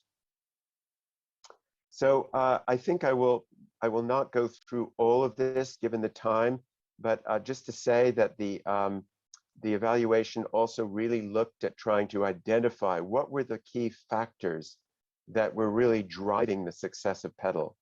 And I think we'll be hearing about those throughout the day, but they have to do with the recognition of PedaL's relevance and importance by national and regional policy level institutions and leaders, by the managers within the universities, by vice chancellors and deans, their goodwill and leadership, by the attitudes of the lecturers themselves and their goodwill, by the support for ICT infrastructure, despite the many challenges of connectivity and equipment that we've been hearing about, and the ability to be adaptive to the changing context, and particularly the really rapid and commendable shift to online platforms immediately as the pandemic was unfolding. And that's something that, you know, we were really in awe of, many of us who were part of this, how quickly that platform took off. The university driven cascade projects have been instrumental. And this is universities taking up the PedaL methodology and implementing it within their own campuses. Value for money has also been a very high score in the evaluation. And that had a lot to do with universities contributing their own income, their own budget resources to these cascade workshops, co-funding them, bringing in and mobilizing the facilitators and faculty, the commitment of existing staff, and also minimizing travel costs and other cost sharing and matching funding mechanisms. The partnership and networks, which you've been hearing about, were enormously instrumental. So I think the value for money part really came out very strongly, and we can see that in the way PedaL has really multiplied. There are also some challenges that PedaL faced, and we'll be hearing about those in the course of the day, to do with the enormous demand that has sometimes, you know, stretched and nearly outpaced PedaL's ability to respond. I think challenges of well-funded versus under-resourced universities. We've already seen some of that discussion in the chat, and the need to really prioritize less resourced universities, as well as to continue to support more well-endowed universities. The progress toward institutionalization, as I said, has been uneven, very strong in some, weaker in others. There's more we can do. Addressing the COVID pandemic, there are obviously challenges there, and we've heard already about challenges of connectivity and equipment, and access to data bundles and things like that are very strong. So those are some of the challenges, and I think the concluding remarks kind of repeat a lot of what's been said, but overall the evaluation really found that PedaL has been well on course to achieve its outcomes. There's been a lot of progress toward ownership. There's been an evidence of the sustenance and continuity of this partnership beyond its initial lifespan, and I'm very, you know, reassured by today's forum the enthusiasm and commitment to continue this process. So I think, that's really in a nutshell, there's a lot more that can be shared, and we'll share these slides and the summary of the evaluation. But I think overall, PedaL really deserves an enormous round of applause, and it's been an enormous privilege for me and my colleagues at IDS to have been able to walk alongside, support, and learn from PedaL. I really count it as one of the most exciting initiatives in my career as a development practitioner and as an academic, and I commend everybody for this very strong African-led initiative, and appreciate the opportunity to be here today to celebrate what's been accomplished and to commit to going forward together with you. Thank you very much.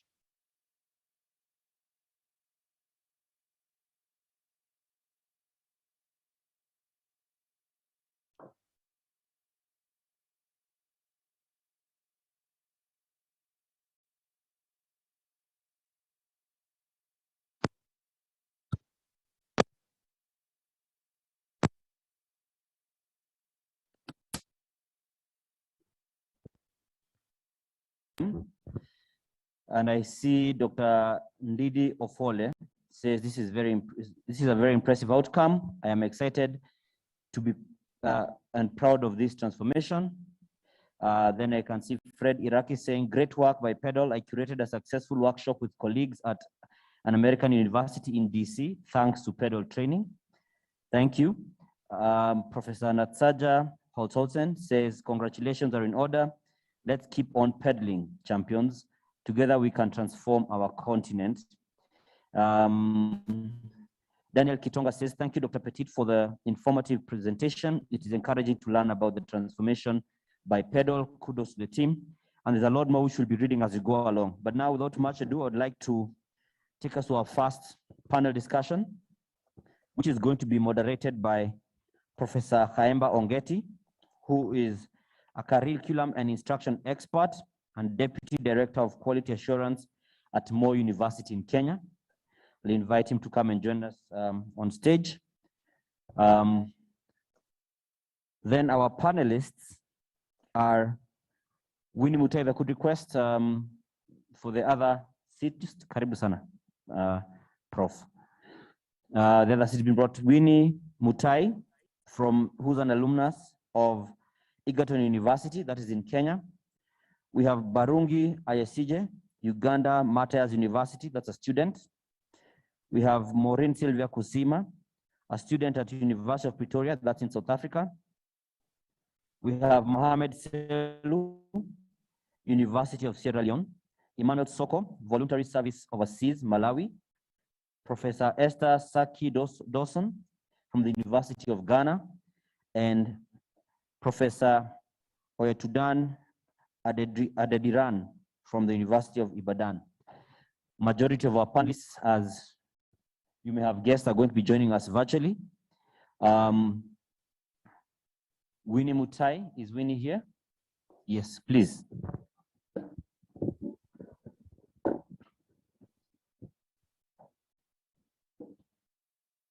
So we have a hybrid discussion.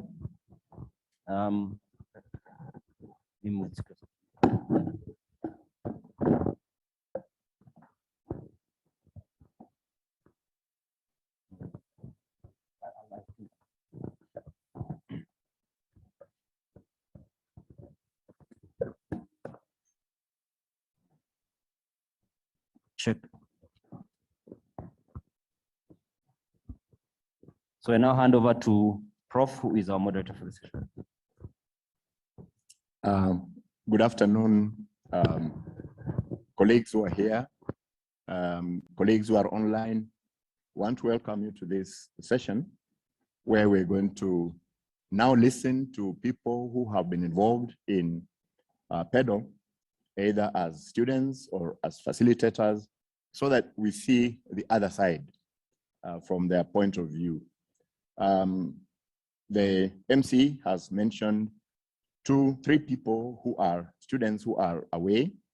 Barungi is online. I hope you are there, Barungi. Yes, I am, sir. And I'm Barungi, are you there? viewing. Yes, I am. And I'm Maureen Kusima from South Africa, are you there? Barungi is there. Thank you. Welcome. Maureen Sylvia Kusima, are you there? Please greet the people.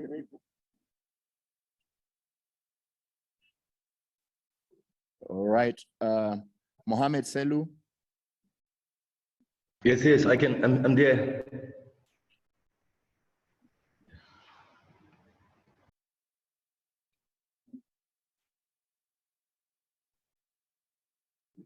Right. My sister, Professor.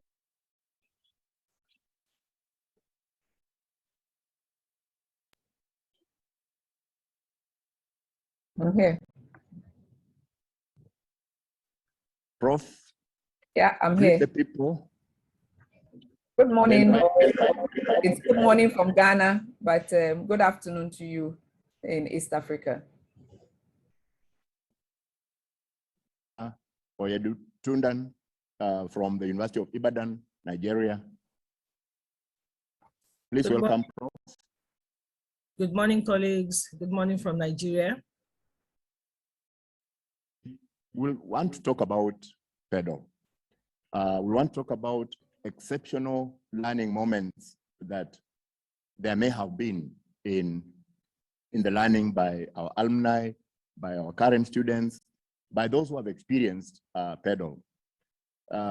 Later on this afternoon, I will invite one person who just participated, but he went on to become a resource person in a faraway land.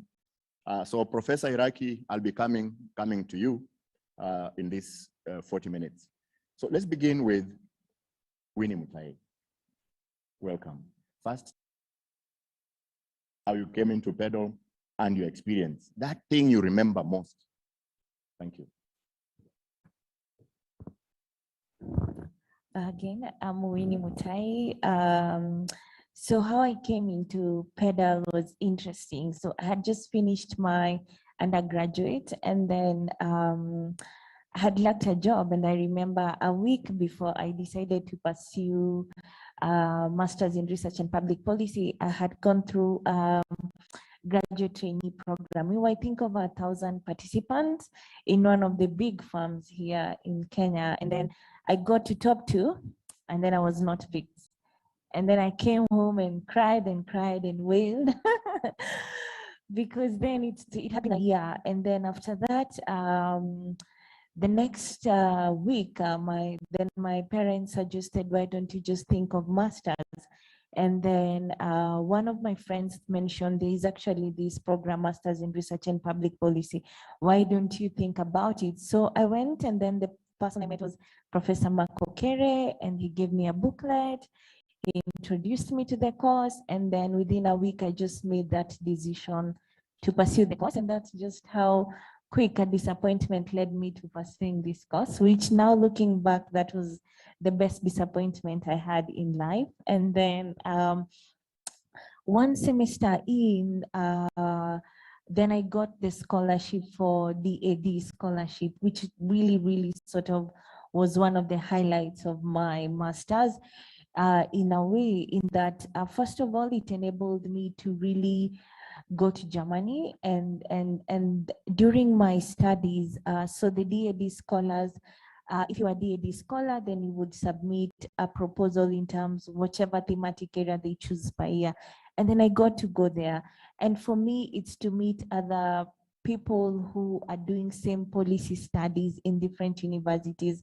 And the fact that this master's program provides you with multidisciplinary mindset. First of all, it's not geared towards anything health, or it's just multidisciplinary, but 2, it's my classmates. My classmates are really amazing, and I'm really grateful for them. And then 2, one of the other exceptional moments for me was to engage with IT. That's something I had not had in my undergraduate. But this master's, I remember the first semester of our master's, everyone had to learn how to set up every tool that we would use, how to do case study, and those were different things we never used to engage before we did our master's program. So the IT part, we all came out as professional in that. And then 3 was, I think, the phenomenal, the teachers that we had, the professors. This was really different because then they would give us 25% and we had to do the 75%. But they were tough on us. They really, really were. And I remember there were moments we would even want to cry because we thought the journey was hard.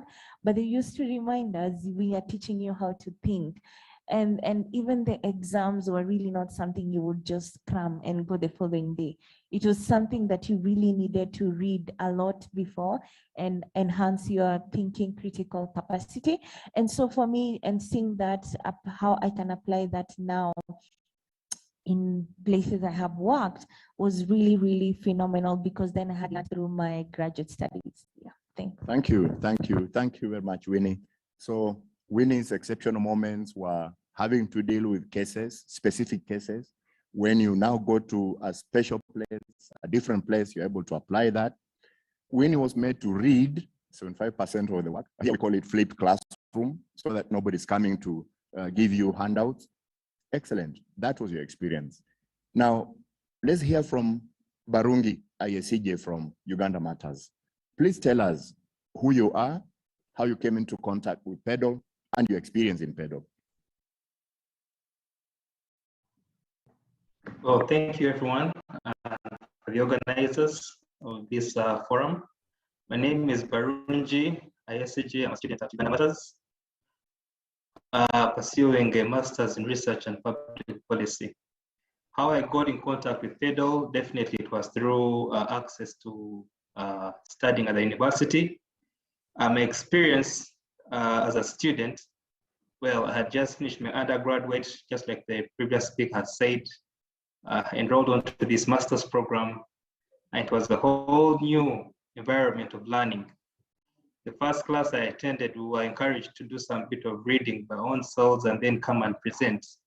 Well, that proved itself as a task in the very first place. Most of my colleagues, I inclusive, did not know what to do, but like the previous speaker said, our lecturer at that time kept on pushing us to think and to take this as a skill and cast a broader picture of what we could do with this kind of program.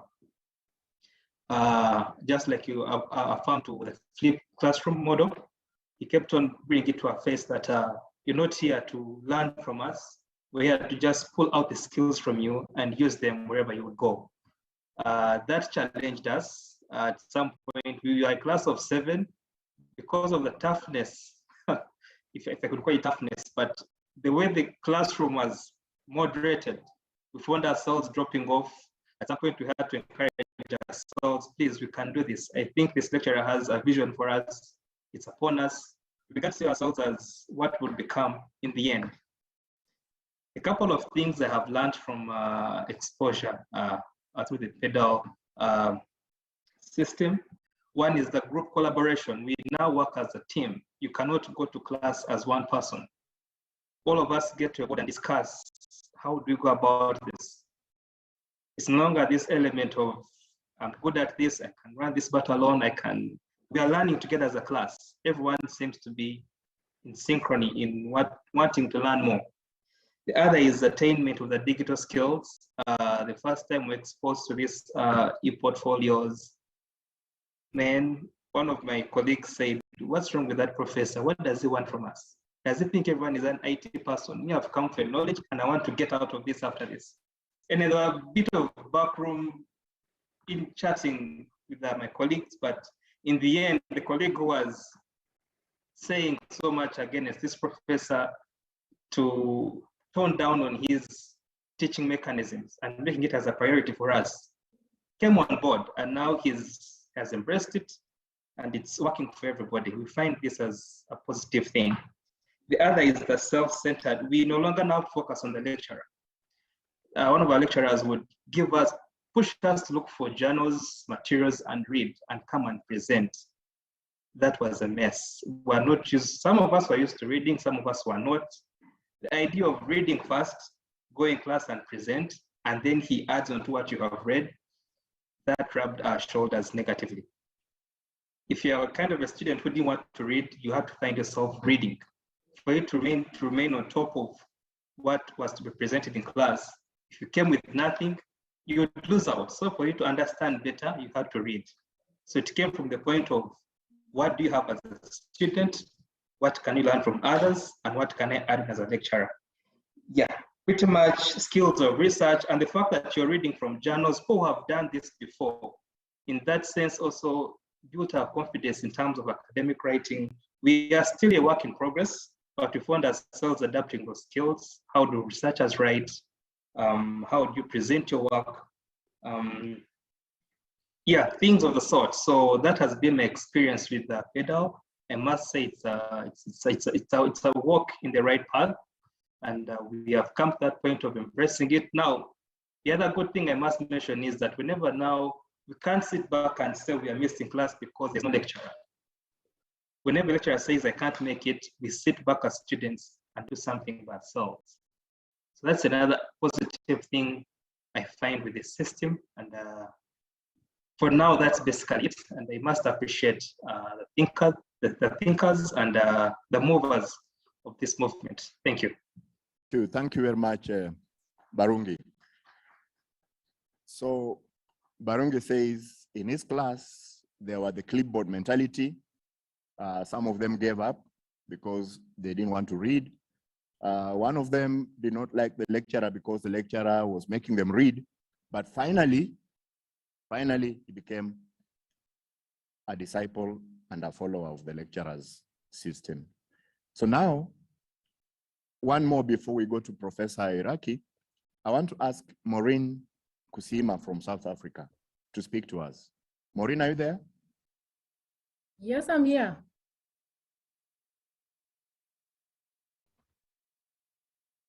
I'm here. Can you hear me? Briefly, let's give you 3 minutes to talk about the experience in PedaL. If you benefited, if you didn't benefit, also tell us. Thank you. Oh yes, I benefited. My experience with PedaL was an exciting one. It started with my master's at Uganda Christian University, but that was face-to-face. So what I found interesting were the case studies. They were real good. They would make you feel that you are in that situation, which is happening at that moment. You would really relate with the real life experiences of what is taking place in a certain place or what you are studying. So that would help you think critically on what is going on and relate with your own issues at hand. And that helped us to really understand the issues and find solutions to them or find a way of dealing with them. That was the face-to-face at Master of Research and Public Policy. And I went to do a PhD at the University of Pretoria, and that was a different story. Everything is online. Of course, we had a few classes of face-to-face before COVID, and that was when we had just started. But during the face-to-face classes, we have a professor, I think she's online, Professor Holthausen. She used to tell us, you have to be friends with ClickUp. ClickUp is a platform where students access all their e-resources. There's nothing like hard copies. So that was a challenging situation. I had not dealt with that so much. So I struggled at first, it was hard. But when COVID hit, we had to go online throughout. And I thank God that for us, we never stopped at any single point. Everything was online, e-resources online. It became so interactive in that you would find that it is more interactive than the face-to-face. Because I remember we had to engage with people from Ibadan, and then you do everything online, access e-resources, you do exams online, and that was so challenging. So Maureen, you are saying you are a student of Natasha Holzhausen. You have Yes, to log no. in at a certain point, and then when that, yes, doing a, so that experience was very challenging, but Maureen, I asked you a question. Yes. Is Natasha your professor? Yes, she is. And you're complaining? No, I'm not complaining. I'm appreciating. Thank I'm you. appreciating what they were able to give us. We have learned Let's a clap for lot. Natasha. Yes. And we clap for you also, Maureen. So you are Okay, thank you. distant learning from Uganda. Yes. Okay. We were in Pretoria, but still everything was online. No, let me talk to my friend Esther Saki Dawson. Esther, do you have something to say about exceptional learning moments?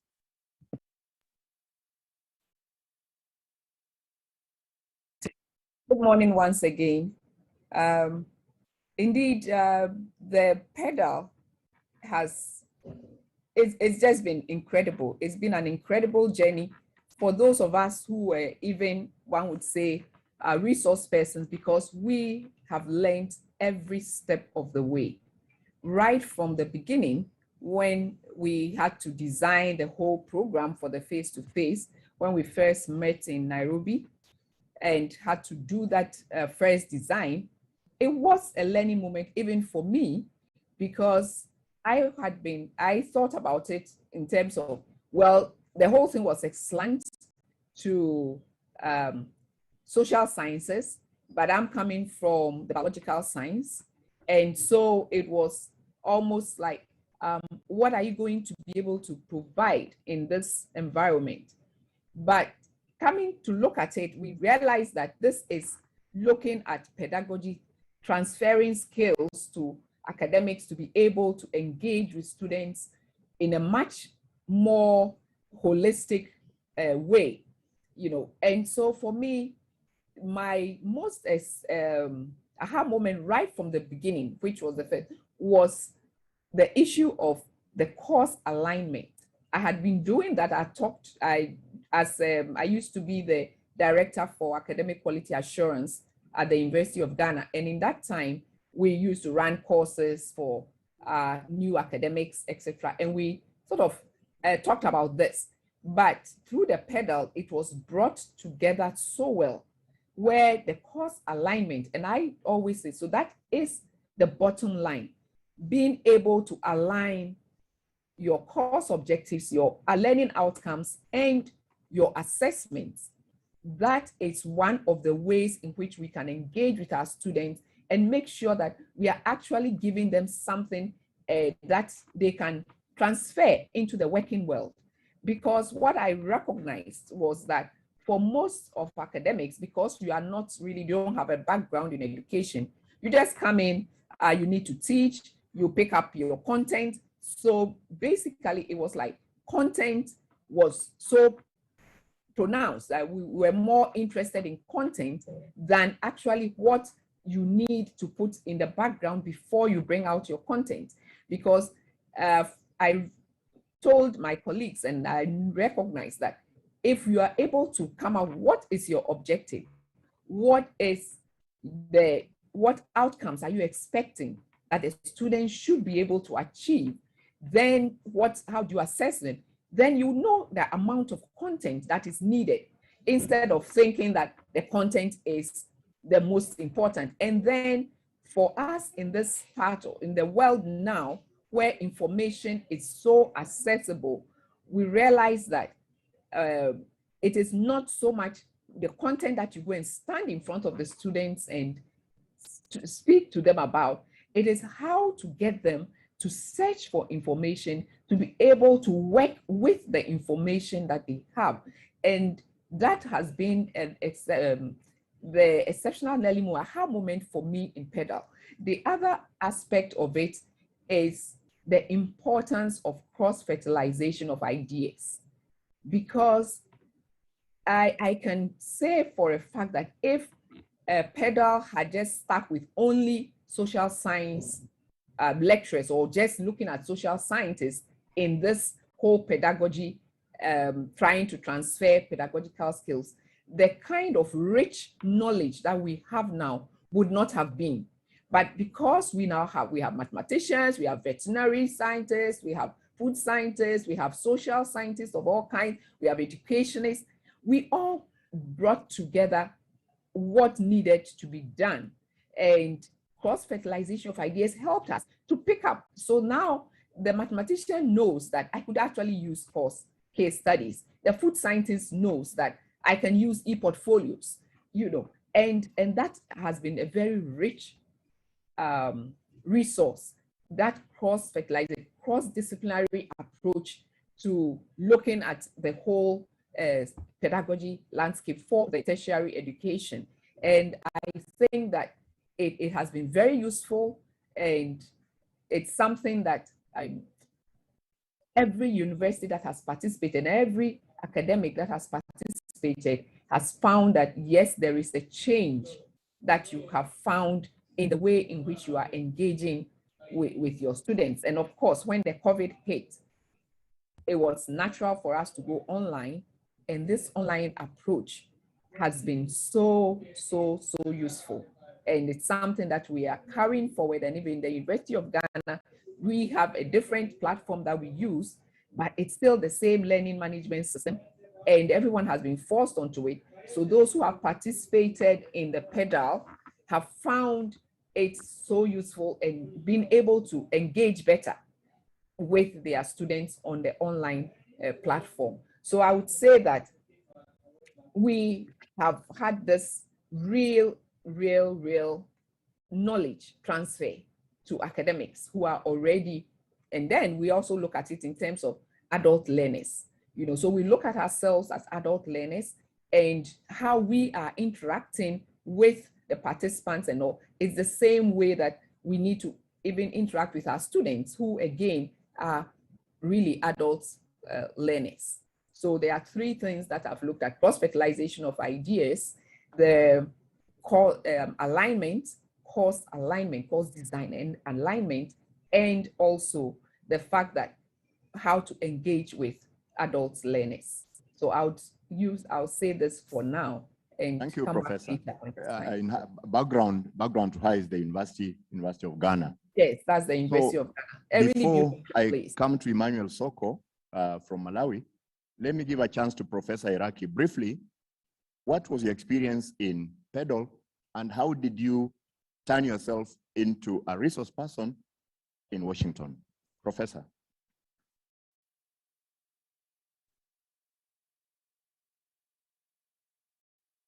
Professor FX Iraki, are you still there? Okay, as he prepares himself, Emmanuel Soko. Professor will still come to talk to us later. Emmanuel Soko. Okay. Good morning, everyone. My name is Emmanuel Soko from Malawi. So I was a teacher from 2009 up to 2017. I was a teacher at secondary school in Malawi, one of the private secondary schools. And then I was predominantly in using these traditional teaching methods, and so to say. I had no idea of what PedaL is, how innovative I can be to transform my teaching experiences. And then I got an invitation by Dr. Jigitule Soko to attend the PedaL training online. I was somehow afraid, but again excited. Afraid because I've never done the online training things, and I was afraid that I'm going to be ashamed anyway. But then excited because I felt like I'm going to learn new things. Okay, and then we were into it. I remember one of the sentences that was spoken, that we need to whenever we're moving, we need to stop and then energize ourselves and then keep going. So I had the confidence. Anyway, into the training itself, It was really, really exciting for the following things. And number one, that it has really transformed me. The training itself exposed my weaknesses in teaching, but again, it has also offered great solutions to the problems that I had. Okay, so one of the weaknesses is that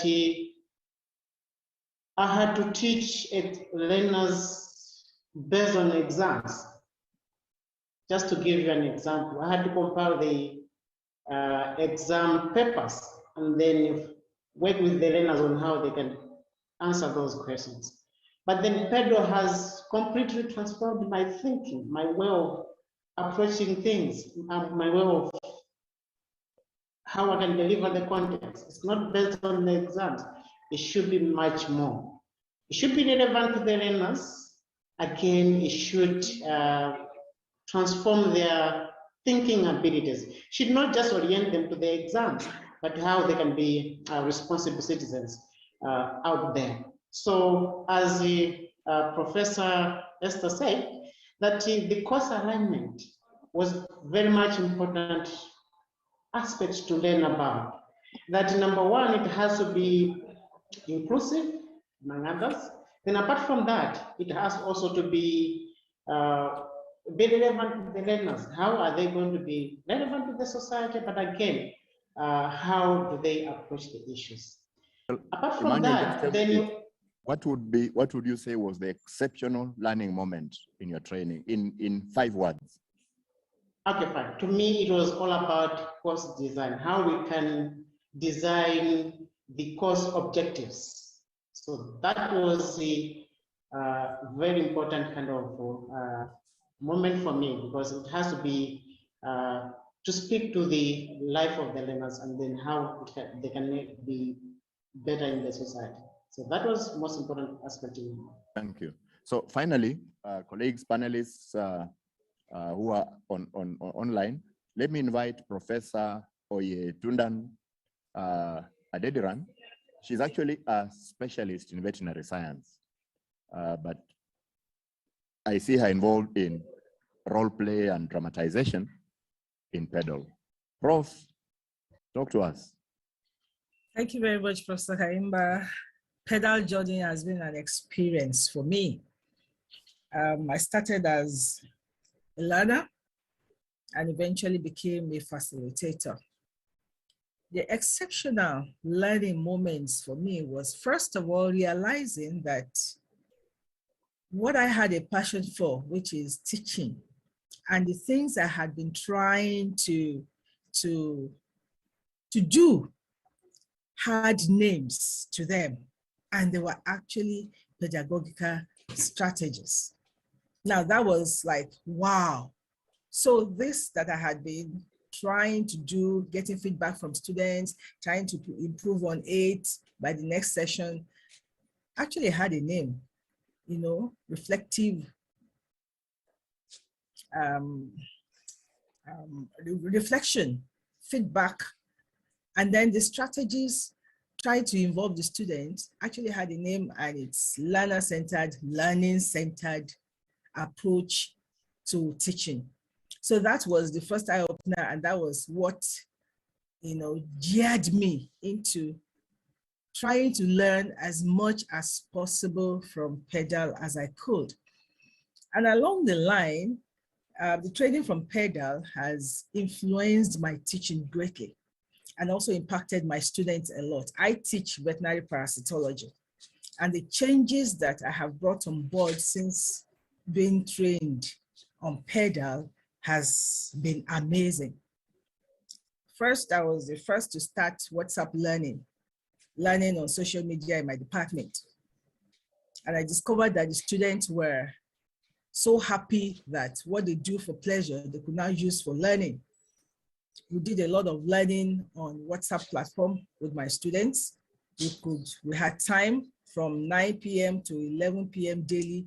I would be with them and they could ask questions. I give them materials there, and it was quite interesting. Also, strategies that I really didn't think could be used for teaching my course came in very useful. Just like you said, role play.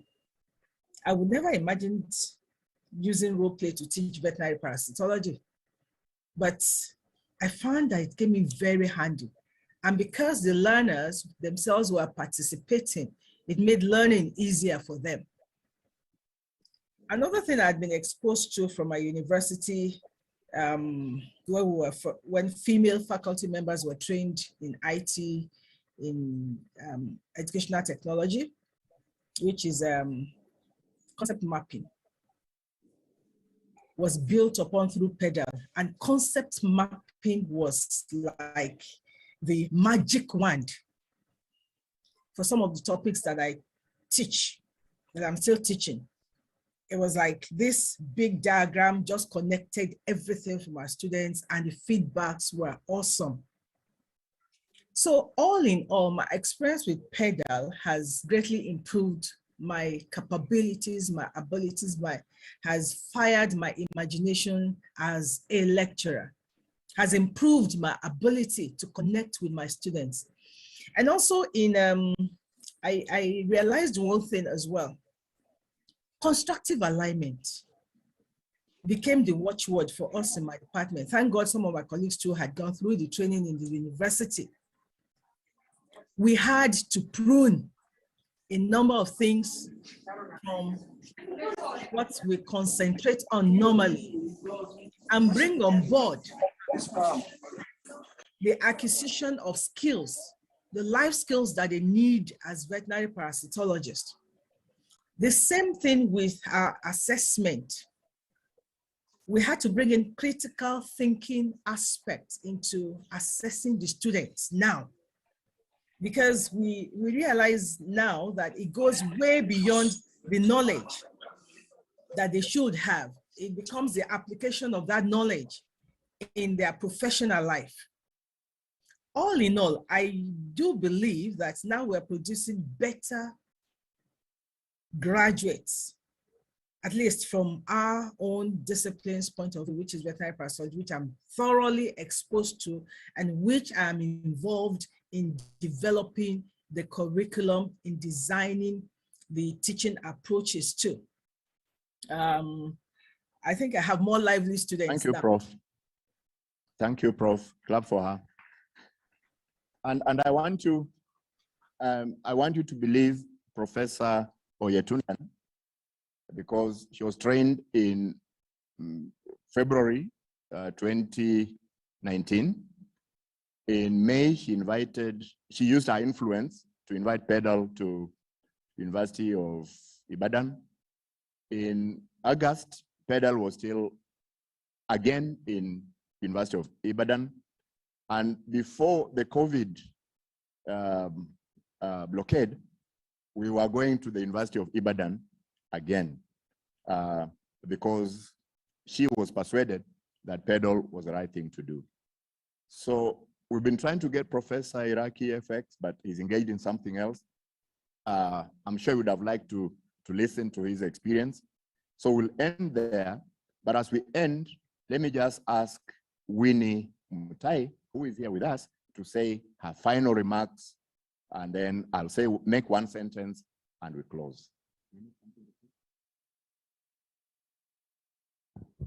Maybe in my final remarks, I would still add maybe two things that I didn't add in terms of contribution of this training program. Number one would be, I was a student leader in my class, and I left having so much in terms of communication. But also I remember, I think it was in one of the years that every year PASGR does this training to teachers, and they would take student leaders every year in whichever class. And that for me was phenomenal, because then I learned the work that goes into designing the program. And it was in that session I learned about flex program and teaching methodology. And lastly would be the student-teacher relation. I've never seen that the way I saw in my master's program. It felt, I didn't feel there was a distance. It felt like I had a relationship with my teacher, and there was a best outcome out of it. Yeah, thank you. Thank you, Winnie. Thank you very much. So finally, from West Africa, Mohamed Selu, Are you able to come in for just 2 minutes, please? Your exceptional learning moments, if any. Mohammed Selu?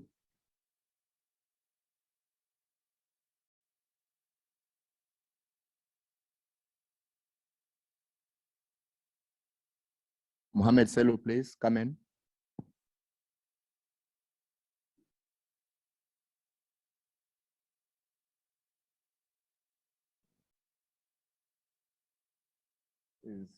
Just unmute yourself, sir.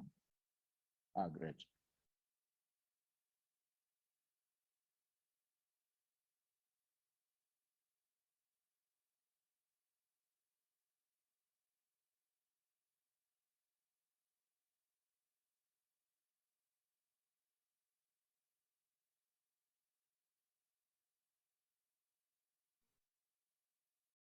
But you know, it could be my language.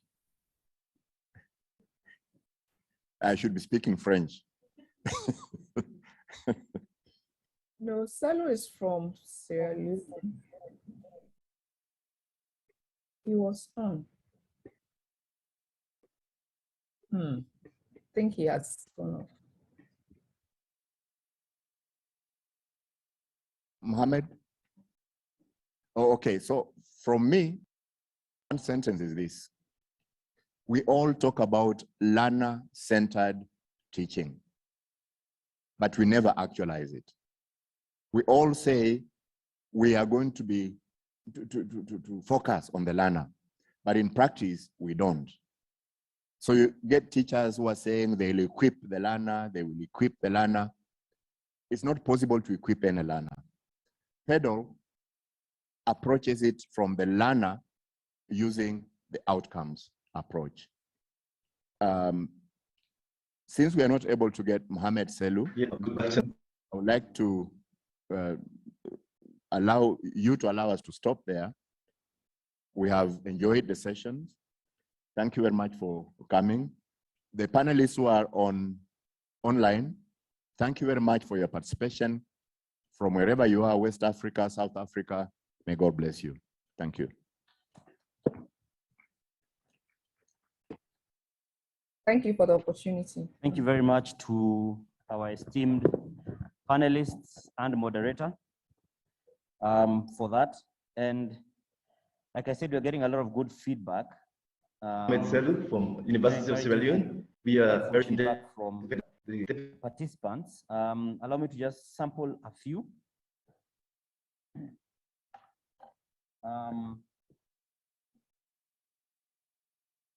First of all, Freddie Raki has passed his apologies. He says he actually says on the public, on the platform, that he will share his experience at a different time. He has to attend something that urgently came up. George Mudhoni says, PedaL training really changed my whole perception about online training. I came to realize it when even more, compared to face-to-face training. It made me aware of available online resources which are very helpful in training, especially in technical courses. We also have John Obiero, who says, PedaL has indeed revolutionized teaching and learning with a focus in enabling the learners acquire skills for practical application of knowledge learned in their programs. It has improved the quality of teaching. I have been able to share some of the knowledge learned in PedaL in workshops on curriculum development that I have been invited to participate as a reviewer. That is Dr. John Obiero from the Faculty of Engineering at the University of Nairobi. Then we'll pick a few. Professor Natsaja says, our PhD public policy students were in South Africa, and due to our COVID regulations, we had to go fully online. So we are seeing the revolution that was being spoken about. And we have FCA Woniyi from Uganda, I believe. Great PedaL team. The sky is not your limit, but a stepping stone to a greater and more beautiful space beyond the sky. Well done. Let me just do my final comment, which is Adejoke Akinyele says, yes, Professor Esther, I totally agree with you. As a facilitator, I get better as I teach. participate and understudy other colleagues. So there's a lot of insightful information that is being shared there. And we just beg your indulgence that we will have our lunch a bit later than we had planned, but the lunch is there, let me guarantee you. And so we are going to finish eating our insight meal for the morning, then we shall get into lunch. And so I'm going to invite our second panel, which is also a hybrid one, which is the discussion on this panel is how do we scale up and institutionalize pedagogical innovations in African countries and universities? Are we ready? A very pertinent point to raise. And so our moderator who's joining us virtually is Professor Pang Dungsha, who is the Director of Research at the National Institute for Policy and Strategic Studies in Nigeria. The panelists, first we have Professor Robert Gateru, the Vice Chancellor of Riara University in Kenya, Karibu. He is the good gentleman who told us he's a physicist who is leading a university. Does your university have physics as a course? No. That's why he raised his hand. The university he leads does not offer physics, which he studied. So he's very well placed to respond to a number of these issues. We also have Professor Abel Olayinka, the former Vice Chancellor of the University of Ibadan in Nigeria. Then we have Dr. Seras Sebugenyi, who is the National Chair for Higher Education in Uganda, also joining us virtually. Then we have Professor Mwendan Tarangwi, who's from Kenya. That's the Chief Executive Officer, the Commission for University Education, that's CUE, that is in Kenya. We have Monica Blagescu. I hope I said it right. I tried. I was bold enough to try it, unlike the others. So I get brownie points, right? She's from the British Council, Africa Partnerships Manager. If you could also just join us at the front. And we have Dr. Gladys Mokawa, who's the Deputy Permanent Secretary, Ministry of International Affairs and Cooperation in Botswana. So at this point, without much ado, so we could get on with it, I allow Professor Pam Dungsha to take over the program. Thank you. Okay, thank you very much, colleagues, and thank you, the leadership of PASGR. I'm quite happy to be invited to be part of this discussion this morning, at least from Nigeria. The focus of this discussion has been mentioned by the Master of Ceremony. How do we scale up and institutionalize pedagogical innovations in African countries and universities? Are we really, really ready? And I think this is a very, very good question, for us to respond to. Let me start by saying that in 2018, PASGR invited quite a number of us. And I think the message that was delivered, at those discussion, those platforms, were that there seemed to be a tyranny of talking in the classroom. There seemed to be a tyranny of the chalk playing a very significant role in the classroom. There is also the content tyranny and the tyranny of exams. And we're just wondering what they were talking about, because this is what will be used, to since primary schools, secondary schools, and the universities. And we're also teaching, the same models or same patterns. And I think it was very clear that there was a need, for us to change. And PASGR played this role. I remember Professor Tade Aina, then the immediate past executive director of PASGR, was making the point that, look, we need to subvert, the existing teaching and learning models, in Africa for us to transform Africa. And I think PASGR has played this role very significantly. And I add that PASGR was leading the revolution. It was leading the revolt, against the past practices, of learning and teaching. Colleagues, we have assembled a number of leaders today who have run their institutions either as universities or have run educational centers, and have also been involved in planning education in their own countries. And like it's been pointed out by the Master of Ceremony, we have 6 colleagues on the panel. Unfortunately, we have just 45 minutes. And what I've done is to do a calculation and say each of them will speak for 4.5 minutes, or maximum 5, to respond to a number of questions which I have here. So I will take Professor Robert Getoru, who is the Vice Chancellor of Riera University, Kenya, and Professor Abel Idu Olayinka, who is the immediate past Vice Chancellor of the University of Ibadan, to take this first question. And the question is basically, what has been your experience in implementing PedaL in your university? I know Professor Olayinka just ended his term as a Vice Chancellor, so I'm sure you still recollect what you did, implementing PedaL, since PedaL has visited your university quite a number of times. So, so we'll start with Professor Robert, and then Professor Idowu, and then I would also explain how we proceed with the rest of the panelists. Professor.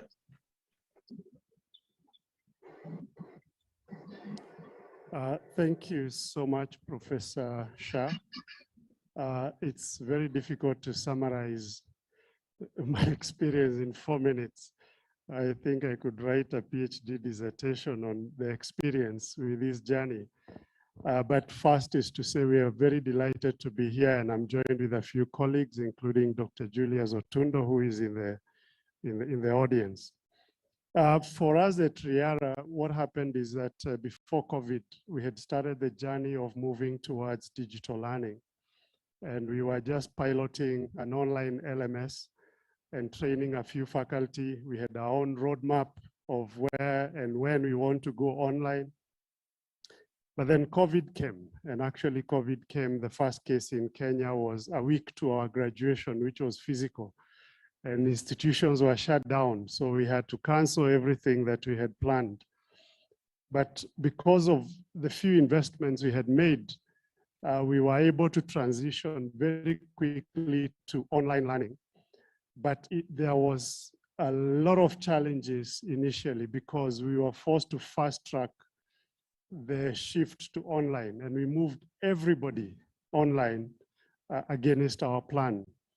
So there was initial resistance from students who are used to, and I think one of the speakers said, one of the students, why are you forcing us to do things differently? There was resistance from faculty. Many of them had not been trained properly. So it was a brand new thing to them. So everybody shifted to what was known as emergency remote teaching, which is a factor we have come to accept. But at that time, the training we had planned was mainly internal, structured per school, etc. But when this happened, we had to look for partnerships. And that's when I had known about the PedaL program before, and we reached out to PASGR. They said, we have a crisis here. We have moved our teaching online, but we are not ready. We are not where we wanted to be. And we are very, very extremely grateful to PASGR and Mama PedaL for how they came up for us. And I think we need to give them another round of applause, because I know what I'm saying is not just the case of Riara, it's the case of many other institutions. So we started now training our faculty, and we had a few cohorts. They were joining cohorts with other institutions. And by about July or September last year, we were able to have trained at least all the full-time faculty. Luckily, we are small enough to be able to do that. but I appreciate the larger institutions, that may not be possible within such a short time. And we're able to train also a few adjunct faculty. So within that time, we were able to train all of those and change the mindset of the students. I want to give you a small statistic. Around June last year, we did a survey among the students to ask what their preferred mode of study was. And those who preferred online learning in June last year was 20.8, 20.8. And then after all the trainings, when we did a similar survey this year, around June, that figure had shifted to 36%. And a lot of students are saying, we do not want to come back now to the physical face-to-face learning. Let us remain online. We don't want to come back to face-to-face. Of course, there are those with many challenges, including devices, connectivity, and many other things. But we have been able to provide a bit of support for majority of them. During COVID, we were able to have about 65 to 70% of the students studying with us online. But where we are right now, we're in the process of institutionalizing PedaL, and again, we are very grateful to PASGR that they were able to allow us to host the course within our university. So now our lecturers have no reason to say, I can't access PedaL. It is there, it's available, you go through that process. Finally, we have given them a deadline. We gave them a while back. By April next year, everybody must have completed the entire process, including revising at least half of their courses. And if they don't, then there are consequences. Somebody may not be allowed to teach within the institution. So that has been our journey through PedaL. And I can say without fear of contradiction that were it not for PedaL, we would have really struggled and perhaps we would not have been able to teach what we have been able to teach. All through COVID, we never stopped for a single day. And that's courtesy of PedaL. Thank you. Thank you very much, Prof. Really appreciate your thoughts on what has happened in your university. So let me invite Professor Abel Idowu Olayinka, who is the immediate past Vice Chancellor of the University of Ibadan, for his thoughts. Professor. Thank you, the moderator, for giving me this slot. Like you have mentioned, I mean, I've just completed my tenure maybe about a year ago now as a Vice Chancellor of the University of Ibadan. I mean, I spent 5 years in that office, but before then I was Deputy Vice Chancellor Academic, in which case I was directly in charge of teaching and learning in the university. So it was quite a seamless when I now became a Vice Chancellor. And I think the PEDAL initiative at the University of Ibadan started maybe during my stint as a Deputy Vice Chancellor Academic.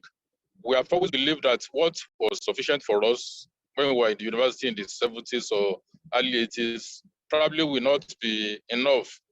Now we talk of graduate unemployment and all that, many of our graduates, when they finish, our students, when they finish, they're not able to find employment. That's why many universities are introducing entrepreneurship. And we think for us as an institution, maybe like other higher educational institutions in Africa, we need to be able to bring out the best in our students. I mean, I've listened to this program over the last 1 hour. People talk of student-centered educational enterprise. I think that's the least we can do. And for us at the University of Ibadan, we think the PEDAL initiative came at the right time. We have always believed that we need to bring out the best in our students in terms of the teaching, learning, and even the training of our students, such that they are better off. Because at the end of the day, for us as an institution, the best way you can measure whether we are doing well is what do our graduates do after they have left the institution. I mean, issues of curriculum, critical thinking, and I was even wondering, like the COVID-19 that the whole world has had to be contending with over the last 21 months or so. What if it had happened 20 years ago when digital technology was not that pervasive? So it's now we leverage on IT as much as possible. Like I'm joining this conversation now. I just arrived at Abuja on a flight from Ibadan. but on my iPhone, I'm able to join. This would have been almost impossible 20 years ago. So we think the PedaL initiative has been a catalyst. And if you also imagine that someone like my humble self, I read geology at the University of Ibadan. Granted, I had a PhD and all that. And the next moment, they unleashed me on the appless students. No formal training in pedagogy, how to relate with students. So it's so difficult, or even to assess students. I was an undergraduate at the University of Ibadan. One of my lecturers told me that no student could ever score A in his course. So, I mean, you don't even something as elementary as that, the mindset, how you even teach students, how you assess them. A student, I mean, a lecturer saying that A is for God, B is for me as a lecturer, C is for the rest of students. Because it's really very important. If we started from the premise, I want to bring the best out of our students. And now, so even if we don't talk of best practice, but what are the good practices? And I think the PedaL platform has provided us an opportunity to share knowledge. I've attended some of the workshops, maybe in Kenya or in Ghana, and of course, quite a number of them at the University of Ibadan. Even when we were going to have this, when I was Vice Chancellor, we even made sure that there was counterpart funding from the University of Ibadan. So we could not always depend solely on PASGR to fund all our initiatives, such that, I mean, we have about 1,500 faculty members. And the more of them that are able to join this PedaL initiative, the better for us as an institution. And I'm sure I've seen some of my colleagues, like Professor Oyedunton just spoke now. So I think with things like this, I mean, the best is yet to come, such that the next generation of students or even the faculty members, I mean, it's win-win for us. So it has really catalyzed what we are doing. The idea is that, I don't have the statistics of how many of our faculty members have joined, but I know when we recruit new staff now, we give them induction program, which started actually before the PedaL initiative. But PedaL has been able to help us to accelerate the process. And I think we don't pretend as if we have the monopoly of knowledge and wisdom, but so we are able to share ideas with our colleagues from University of Ghana and other members of the Alliance. So it has been really very good for us, at least from my own humble assessment. And I think the students are the better for it, and by extension, the university itself. And because if we now want to scale it up, I think in each institution, it should be institutionalized, such that every member of staff, at least those who have joined in the last 1 year or so, can be part of it, whether it's in the teaching, now leveraging on online facilities, digital platform. It may not even be as expensive. At times I ask myself, well, even if I'm in the remotest village in Nigeria, most people have internet access. There may be problem with cost or internet, the bandwidth and all that, but things are not as bad. Like I said, I'm just from Abuja Airport now, going to the city, but I'm able to join this program. I mean, I told Dr. Muganda that I wasn't so sure because I was expected to come from Ibadan this morning and the flight could have been delayed. But thank God the flight was more or less on schedule, even though I noticed that the program itself has shifted a little. So for us, I think it's the best, one of the best things that has happened to teaching and learning in our university. And even yesterday also, I was looking at the performance of our students overall. I noticed a slight improvement overall in the performance of our students. Even though we can say examination is not the best way of assessing students, but that is the best one, that is the major instrument we see use up to now. Okay. And I think with time, there will be improvement. Thank you, sir. Okay, thank you very much, Prof. You know, Prof said in his own university, in his own days, the lecturers used to say, A is for God, not A for students. And that's what PASGR, you know, took on board and said, look, we need to subvert the system and we need to revolt against the system for a newer one that is very transformative. So thank you very much, Prof, for giving us on this. Yes. Let me call on Dr. Cyrus Sebungeyi and Professor Nwanda Ntarangwi to respond to the second question that I have, and which is, what stood out as challenges confronting you as a stakeholder in the implementation of PedaL? You may have not been in the university system, but probably in the educational sector, you might have been relating, you know, with issues around curriculum development and trying to innovate in the area of teaching and learning. So what actually stood out, very clearly as challenges confronting the implementation of PedaL? So I would expect the two professors, Dr. Cyrus and Professor Wanda, to respond to this. 5 minutes each. Thank you, Chair, and thank you, members, for such a wonderful opportunity that I've been given to be part of the distinguished panelists this afternoon. I'm once again Cyrus Sebui, and I work here at the National Council for Higher Education. I head the Department of Standards and Qualifications. I'm not the chair for the National Council. I thought I needed to bring that clarification. The National Council for Education here in Uganda. Chair, I want to compare the situation that we have encountered to a child who comes before the mother and is expecting lunch to be ready, is very hungry, and the lunch is not there. The child is before the mother, very hungry. Possibly the mother started preparing lunch, and lunch is not there yet, or is not ready.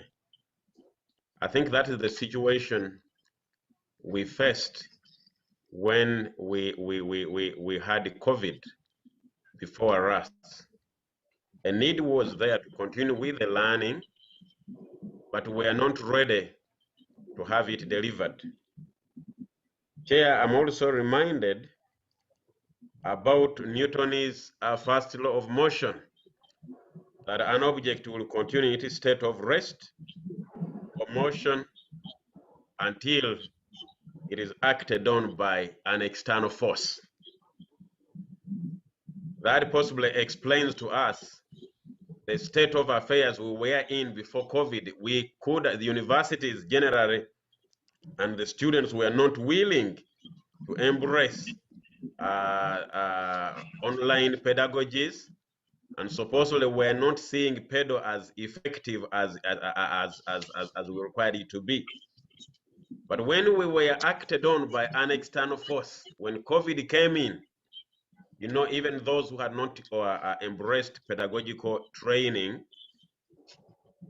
came on board very quickly. So, Chair, what were the challenges? The challenge I have observed that the institutions were at very different levels. They were at different levels of ICT infrastructure and ICT implementation, and that was a big challenge. The other challenge is that as a university, related to ICT, that a number of universities were willing to implement this. But especially during the COVID time, the students where they were during the lockdowns, they were not having the facilities to be able to tap into the online resources. So that was the mismatch between the infrastructure available at the university, but also the end user. Essentially, those are the challenges that we were able to experience. And of course, the other challenge is that when we had lockdown, a few institutions were part of the PedaL project. And so those which were part of the PedaL project were already in the process of implementing a number of things. Of course, those which were not part of the project had various challenges at various levels. So, Chair, beyond the question that you asked me, I would also pose some of the intervention that I'm thinking about. And the first intervention is actually financial, in a sense that we have to invest still as Africa, as Uganda, but as Africa in general. There is still a lot we need to ensure that we have the ICT infrastructure that's going to support pedagogical online services. But beyond the financial, I think you have heard when panelists are saying that the students in the beginning were not interested. The lecturers, the staff, the professors were not interested. Yes, the percentages have since improved, but I think sensitization, we have an ongoing sensitization. And the third intervention in light of the challenge that we are experiencing, Chair, is we need a lot of collaboration. Now, if for example, one university, University of Nairobi, is advanced in technology and is offering, is able to have excellent professors in online pedagogy, and they are offering anatomy, why can't a university in Uganda, why can't a university in Rwanda be able to connect their students to the advanced system in Nairobi, and the learning continues? So I think the online platforms are giving us even a better opportunity for us to collaborate, share resources than never before in our history. I want to thank you, Chair and members. Okay, thank you very much, Prof. We really appreciate the contributions. You went beyond the mandate, but I think it's still very important that you mention those points in the area of interventions. Let me invite Professor Wanda N, forgive me for the other name, to share your thoughts on this, Prof. Thank you so much, Prof, for the opportunity and for PASGR to invite me to participate. I just want to again respond, like my colleague from Uganda has said, that we experience a few challenges because of the culture of teaching, which is hard to change. Most of us teach the way we were taught, and it is very, very difficult to train people to change the way they have learned their habits. Thank you. And I see that has been a major challenge, especially if the university has not embraced sort of an institutional change. So we are working with individual lecturers and teachers, and so it's been a big challenge to change the way we are teaching. There is also the challenge of assuming that a higher degree, when you get a PhD, that it gives you the authority to teach, that we equate a higher qualification with a license to teach, and ignoring teaching as a craft that is learned, as a profession that is learned and trained and sustained over the years. There's also been a lack of coordinated process of teaching and learning. Many institutions that are successful in teaching and learning tend to have what we may call centers of excellence in teaching, where teaching as a practice is not only taught, but is also researched within the context of the university, and inculcating the views and skills of teaching become part of that center, and it's coordinated by people who have been selected to undertake that kind of work. There's also the ability to, the inability to be in tandem with the changing nature of information access, information availability. The era of the teacher as the one with the most information is long gone. And today you can, with a stroke of a search in Google, you can actually get all the content of a subject area that the teacher may have spent years to access. How we have been able to train our people to learn that teaching is no longer information sharing, but skill sharing to assess, dissect, and critically look at information. That has been lacking because, again, we are dealing with a revolution in terms of information availability. So there's been slow uptake in terms of allowing teachers to see themselves as coaches rather than people who are going to share the kind of knowledge that is needed. The idea of allowing the student to be at the center is, again, has been a major challenge. And however, we are seeing a different approach for us in Kenya, because the curriculum has changed from the lower levels, where we are now emphasizing a competence-based education, where the student will have to be able to demonstrate knowledge learned rather than reproduce knowledge given. And this has forced us to rethink, how are we going to prepare, especially at the university, our lecturers, our teachers, to be ready for the students who are no longer waiting to be given information, but they have to demonstrate that they've learned through practical ways.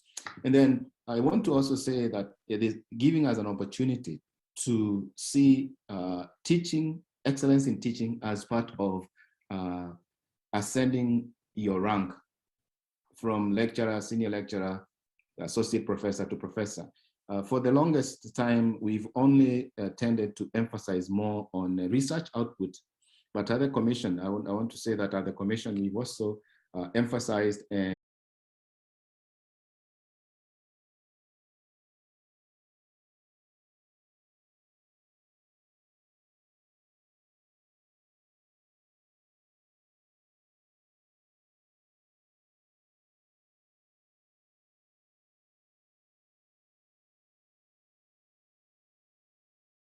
invite the last two panelists to respond to this question, and they are Monica B, forgive me, and then Dr. Gladys M. These two will respond to the question on what steps will you take to help upscale the PedaL in your own country. I know you have a lot of discussions around your own experiences.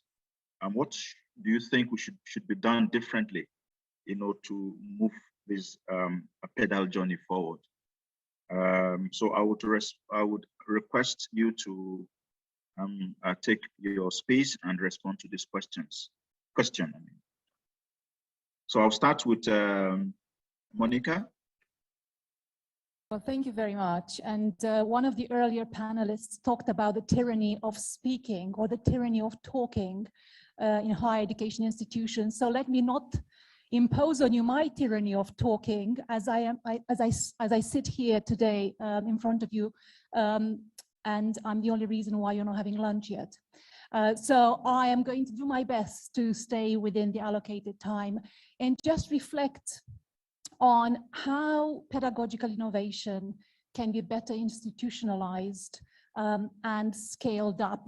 And obviously, let me place that into context. Coming from the British Council, and we've been managing this FCGO program on strengthening partnerships for higher education innovation and reform, and PedaL obviously was one of the 8 projects focused both on teaching and learning, but also we had projects that were focusing on systems change in higher education. So let me just start off by saying that we routinely talk about effective pedagogical innovation that are known to promote student success, and there's many of them out there. The fact, however, is that such innovations often remain just that.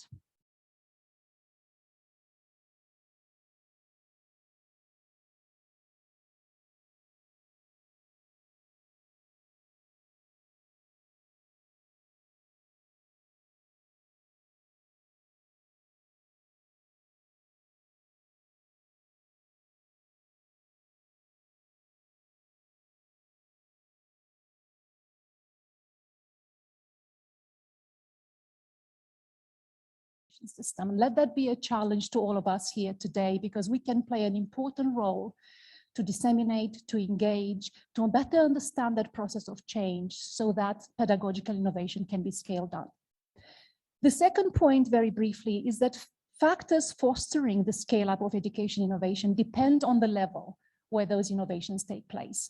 Do they take place at the level of department? Do they take place within universities? Or are they indeed pedagogical innovations that take place at national level? And I believe there is a lack of understanding of how these different factors interconnect, in particular regarding initiatives aiming at innovations at some or even at all of these levels. What is the relationship between them? And this is where researching, as one of the earlier esteemed speakers mentioned, this is where researching the relationship between innovation at these different levels is really important so that we can accelerate scale up. My third point is linked to the very definition of scale up and the assumptions that lie behind it. And we need to better understand these assumptions.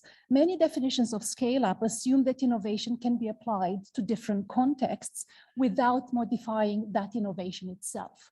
And I believe this is where PedaL has done a fantastic job at enabling that building of ownership at contextual level. So there are some concepts there that I just want to leave with you. So the first one is around contextualizing innovations and creating the space for innovation to thrive and take on those very specific flavors of the context in which we want them to be scaled up. There is the point around the ownership and enabling that autonomy and that ownership, but also the concept of networks. How do we make sure that innovations build on knowledge and experience and expertise of them emerging at different levels, and that we continue to maintain those networks that promote innovation. So autonomous yet networked approaches need to be fostered, as PedaL clearly has demonstrated, by giving academics the opportunity to build on their specific context, to go their own ways, to do it critically, and at the same time do it jointly, to regard themselves as experts of change, and to give them a chance to see the benefit of doing it all. I've got one more minute where I just want to slightly shift and comment on some of the factors and conditions needed to enable institutionalization. So the first part was much more talking about scaling up, but now what does it need for what do we need for institutionalizations, and really just reflecting on my learning, my journey of learning with PedaL. So the first one is around the importance of leadership and having key figures in universities, senior administration invest in innovation for pedagogy. The second one is finding synergies between departments and socializing innovation. The third one is about agreeing responsibility and being actually quite clear on accountability. It's both responsibility for and ownership of the task of implementing and scaling up innovations. And it goes without saying that resourcing is a very important part of that. Fourth and lastly, I would say that it is about clarifying the goals and the objectives driving the innovation. In a crowded marketplace of higher education, scaling pedagogical innovation must be linked to a clear vision of what makes a particular university unique. What kind of distinctive experience does it offer its students? And we need to continue to make that link. So to conclude, scaling up of pedagogical innovation should integrate both macro and micro factors to take into account the effects of organizations and the individual role in these scale-up efforts. The concept of autonomy and networked approaches are really important here.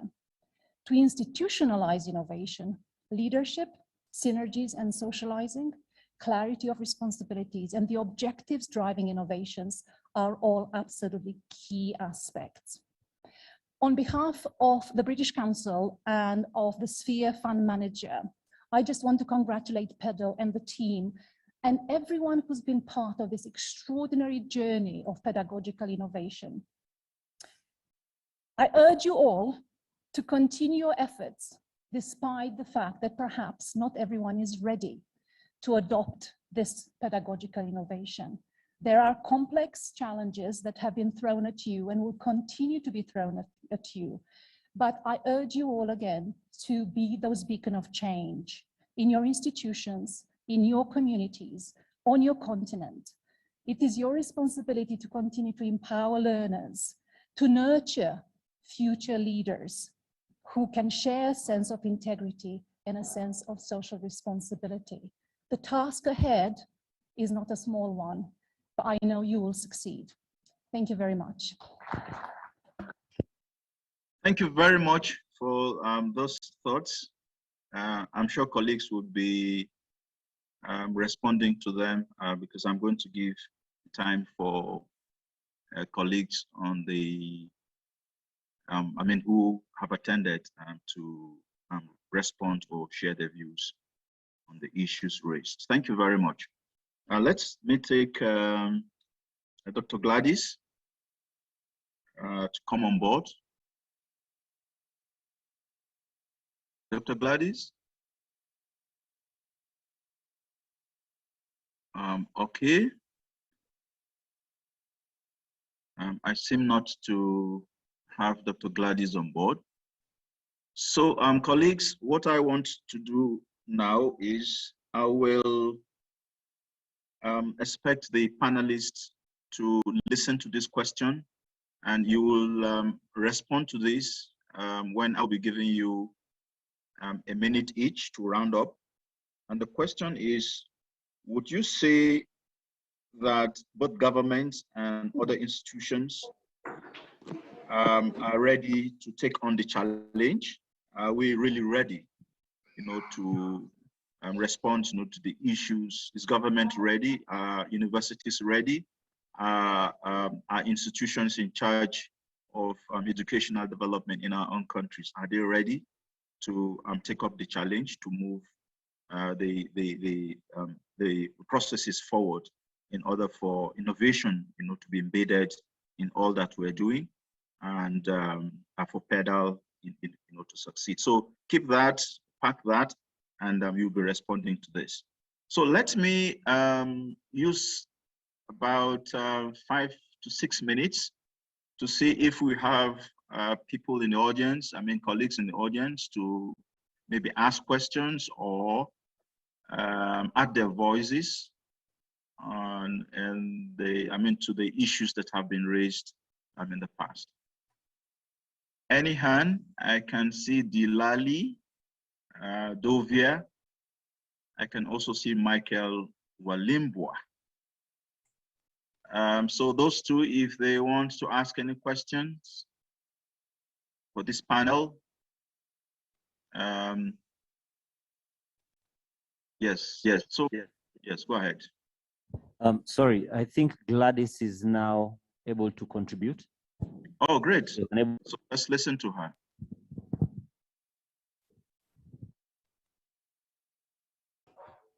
Gladys? Yes, good afternoon. Afternoon. Yes, I'm sorry I was unable to unmute at the beginning. Okay, I'd like to say that it's my pleasure to have been here, though I have been on and off. The internet has been an issue. But I'd like to say that we have moved a milestone with PedaL. We started this way back in 2018. And this far, I know our university has been far ahead with this. Majority of our staff have been able to get this certificate and also have completed the course, and the cohort that had not done so, they are in the progress of getting their certificates. So we have already started with various schools. So each and every school is progressing very well. And we hope by the end of the month of, I think, December, we will have completed that. So we would like to be supported in all ways by the team from PedaL. That's what we are expecting from them. Because even as, of course, we did the course way back a few years ago. And we know about innovation, technology changing and here and there. But I would like to say that on behalf of our university, it has been our pleasure. We have continued very well. We are doing very well. And we do appreciate the work that the team has been doing to make us to be where we are. So thank you very much for that.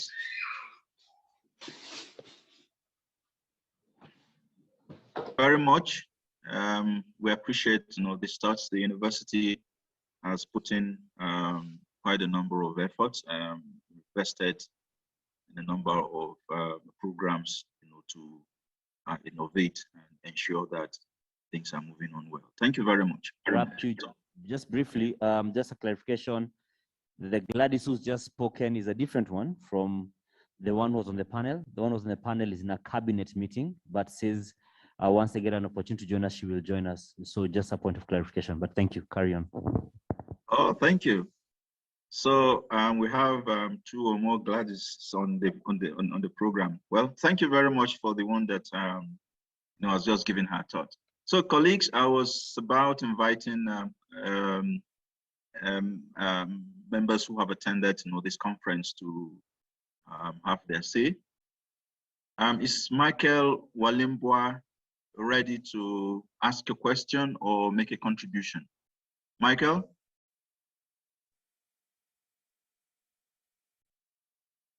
Okay, just indicate by striking the raise hand button at the bottom of your screen.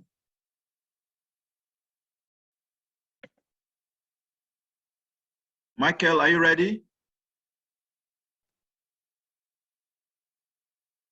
Oh. Okay, anyone in the hall there who would want to make a contribution or ask a question? How do we upscale and institutionalize innovations in African countries and universities? Are we really ready? Yes, I can see a hand. Is there any microphone that will be passed to him?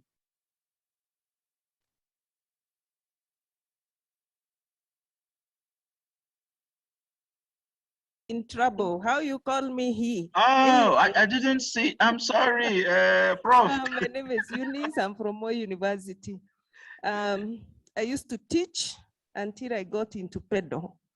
I stopped teaching. I had taught at the university for more than 30 years. So thank you, PedaL, for helping me stop teaching. Now I facilitate learning, and it's a beautiful experience. If there's one thing I would request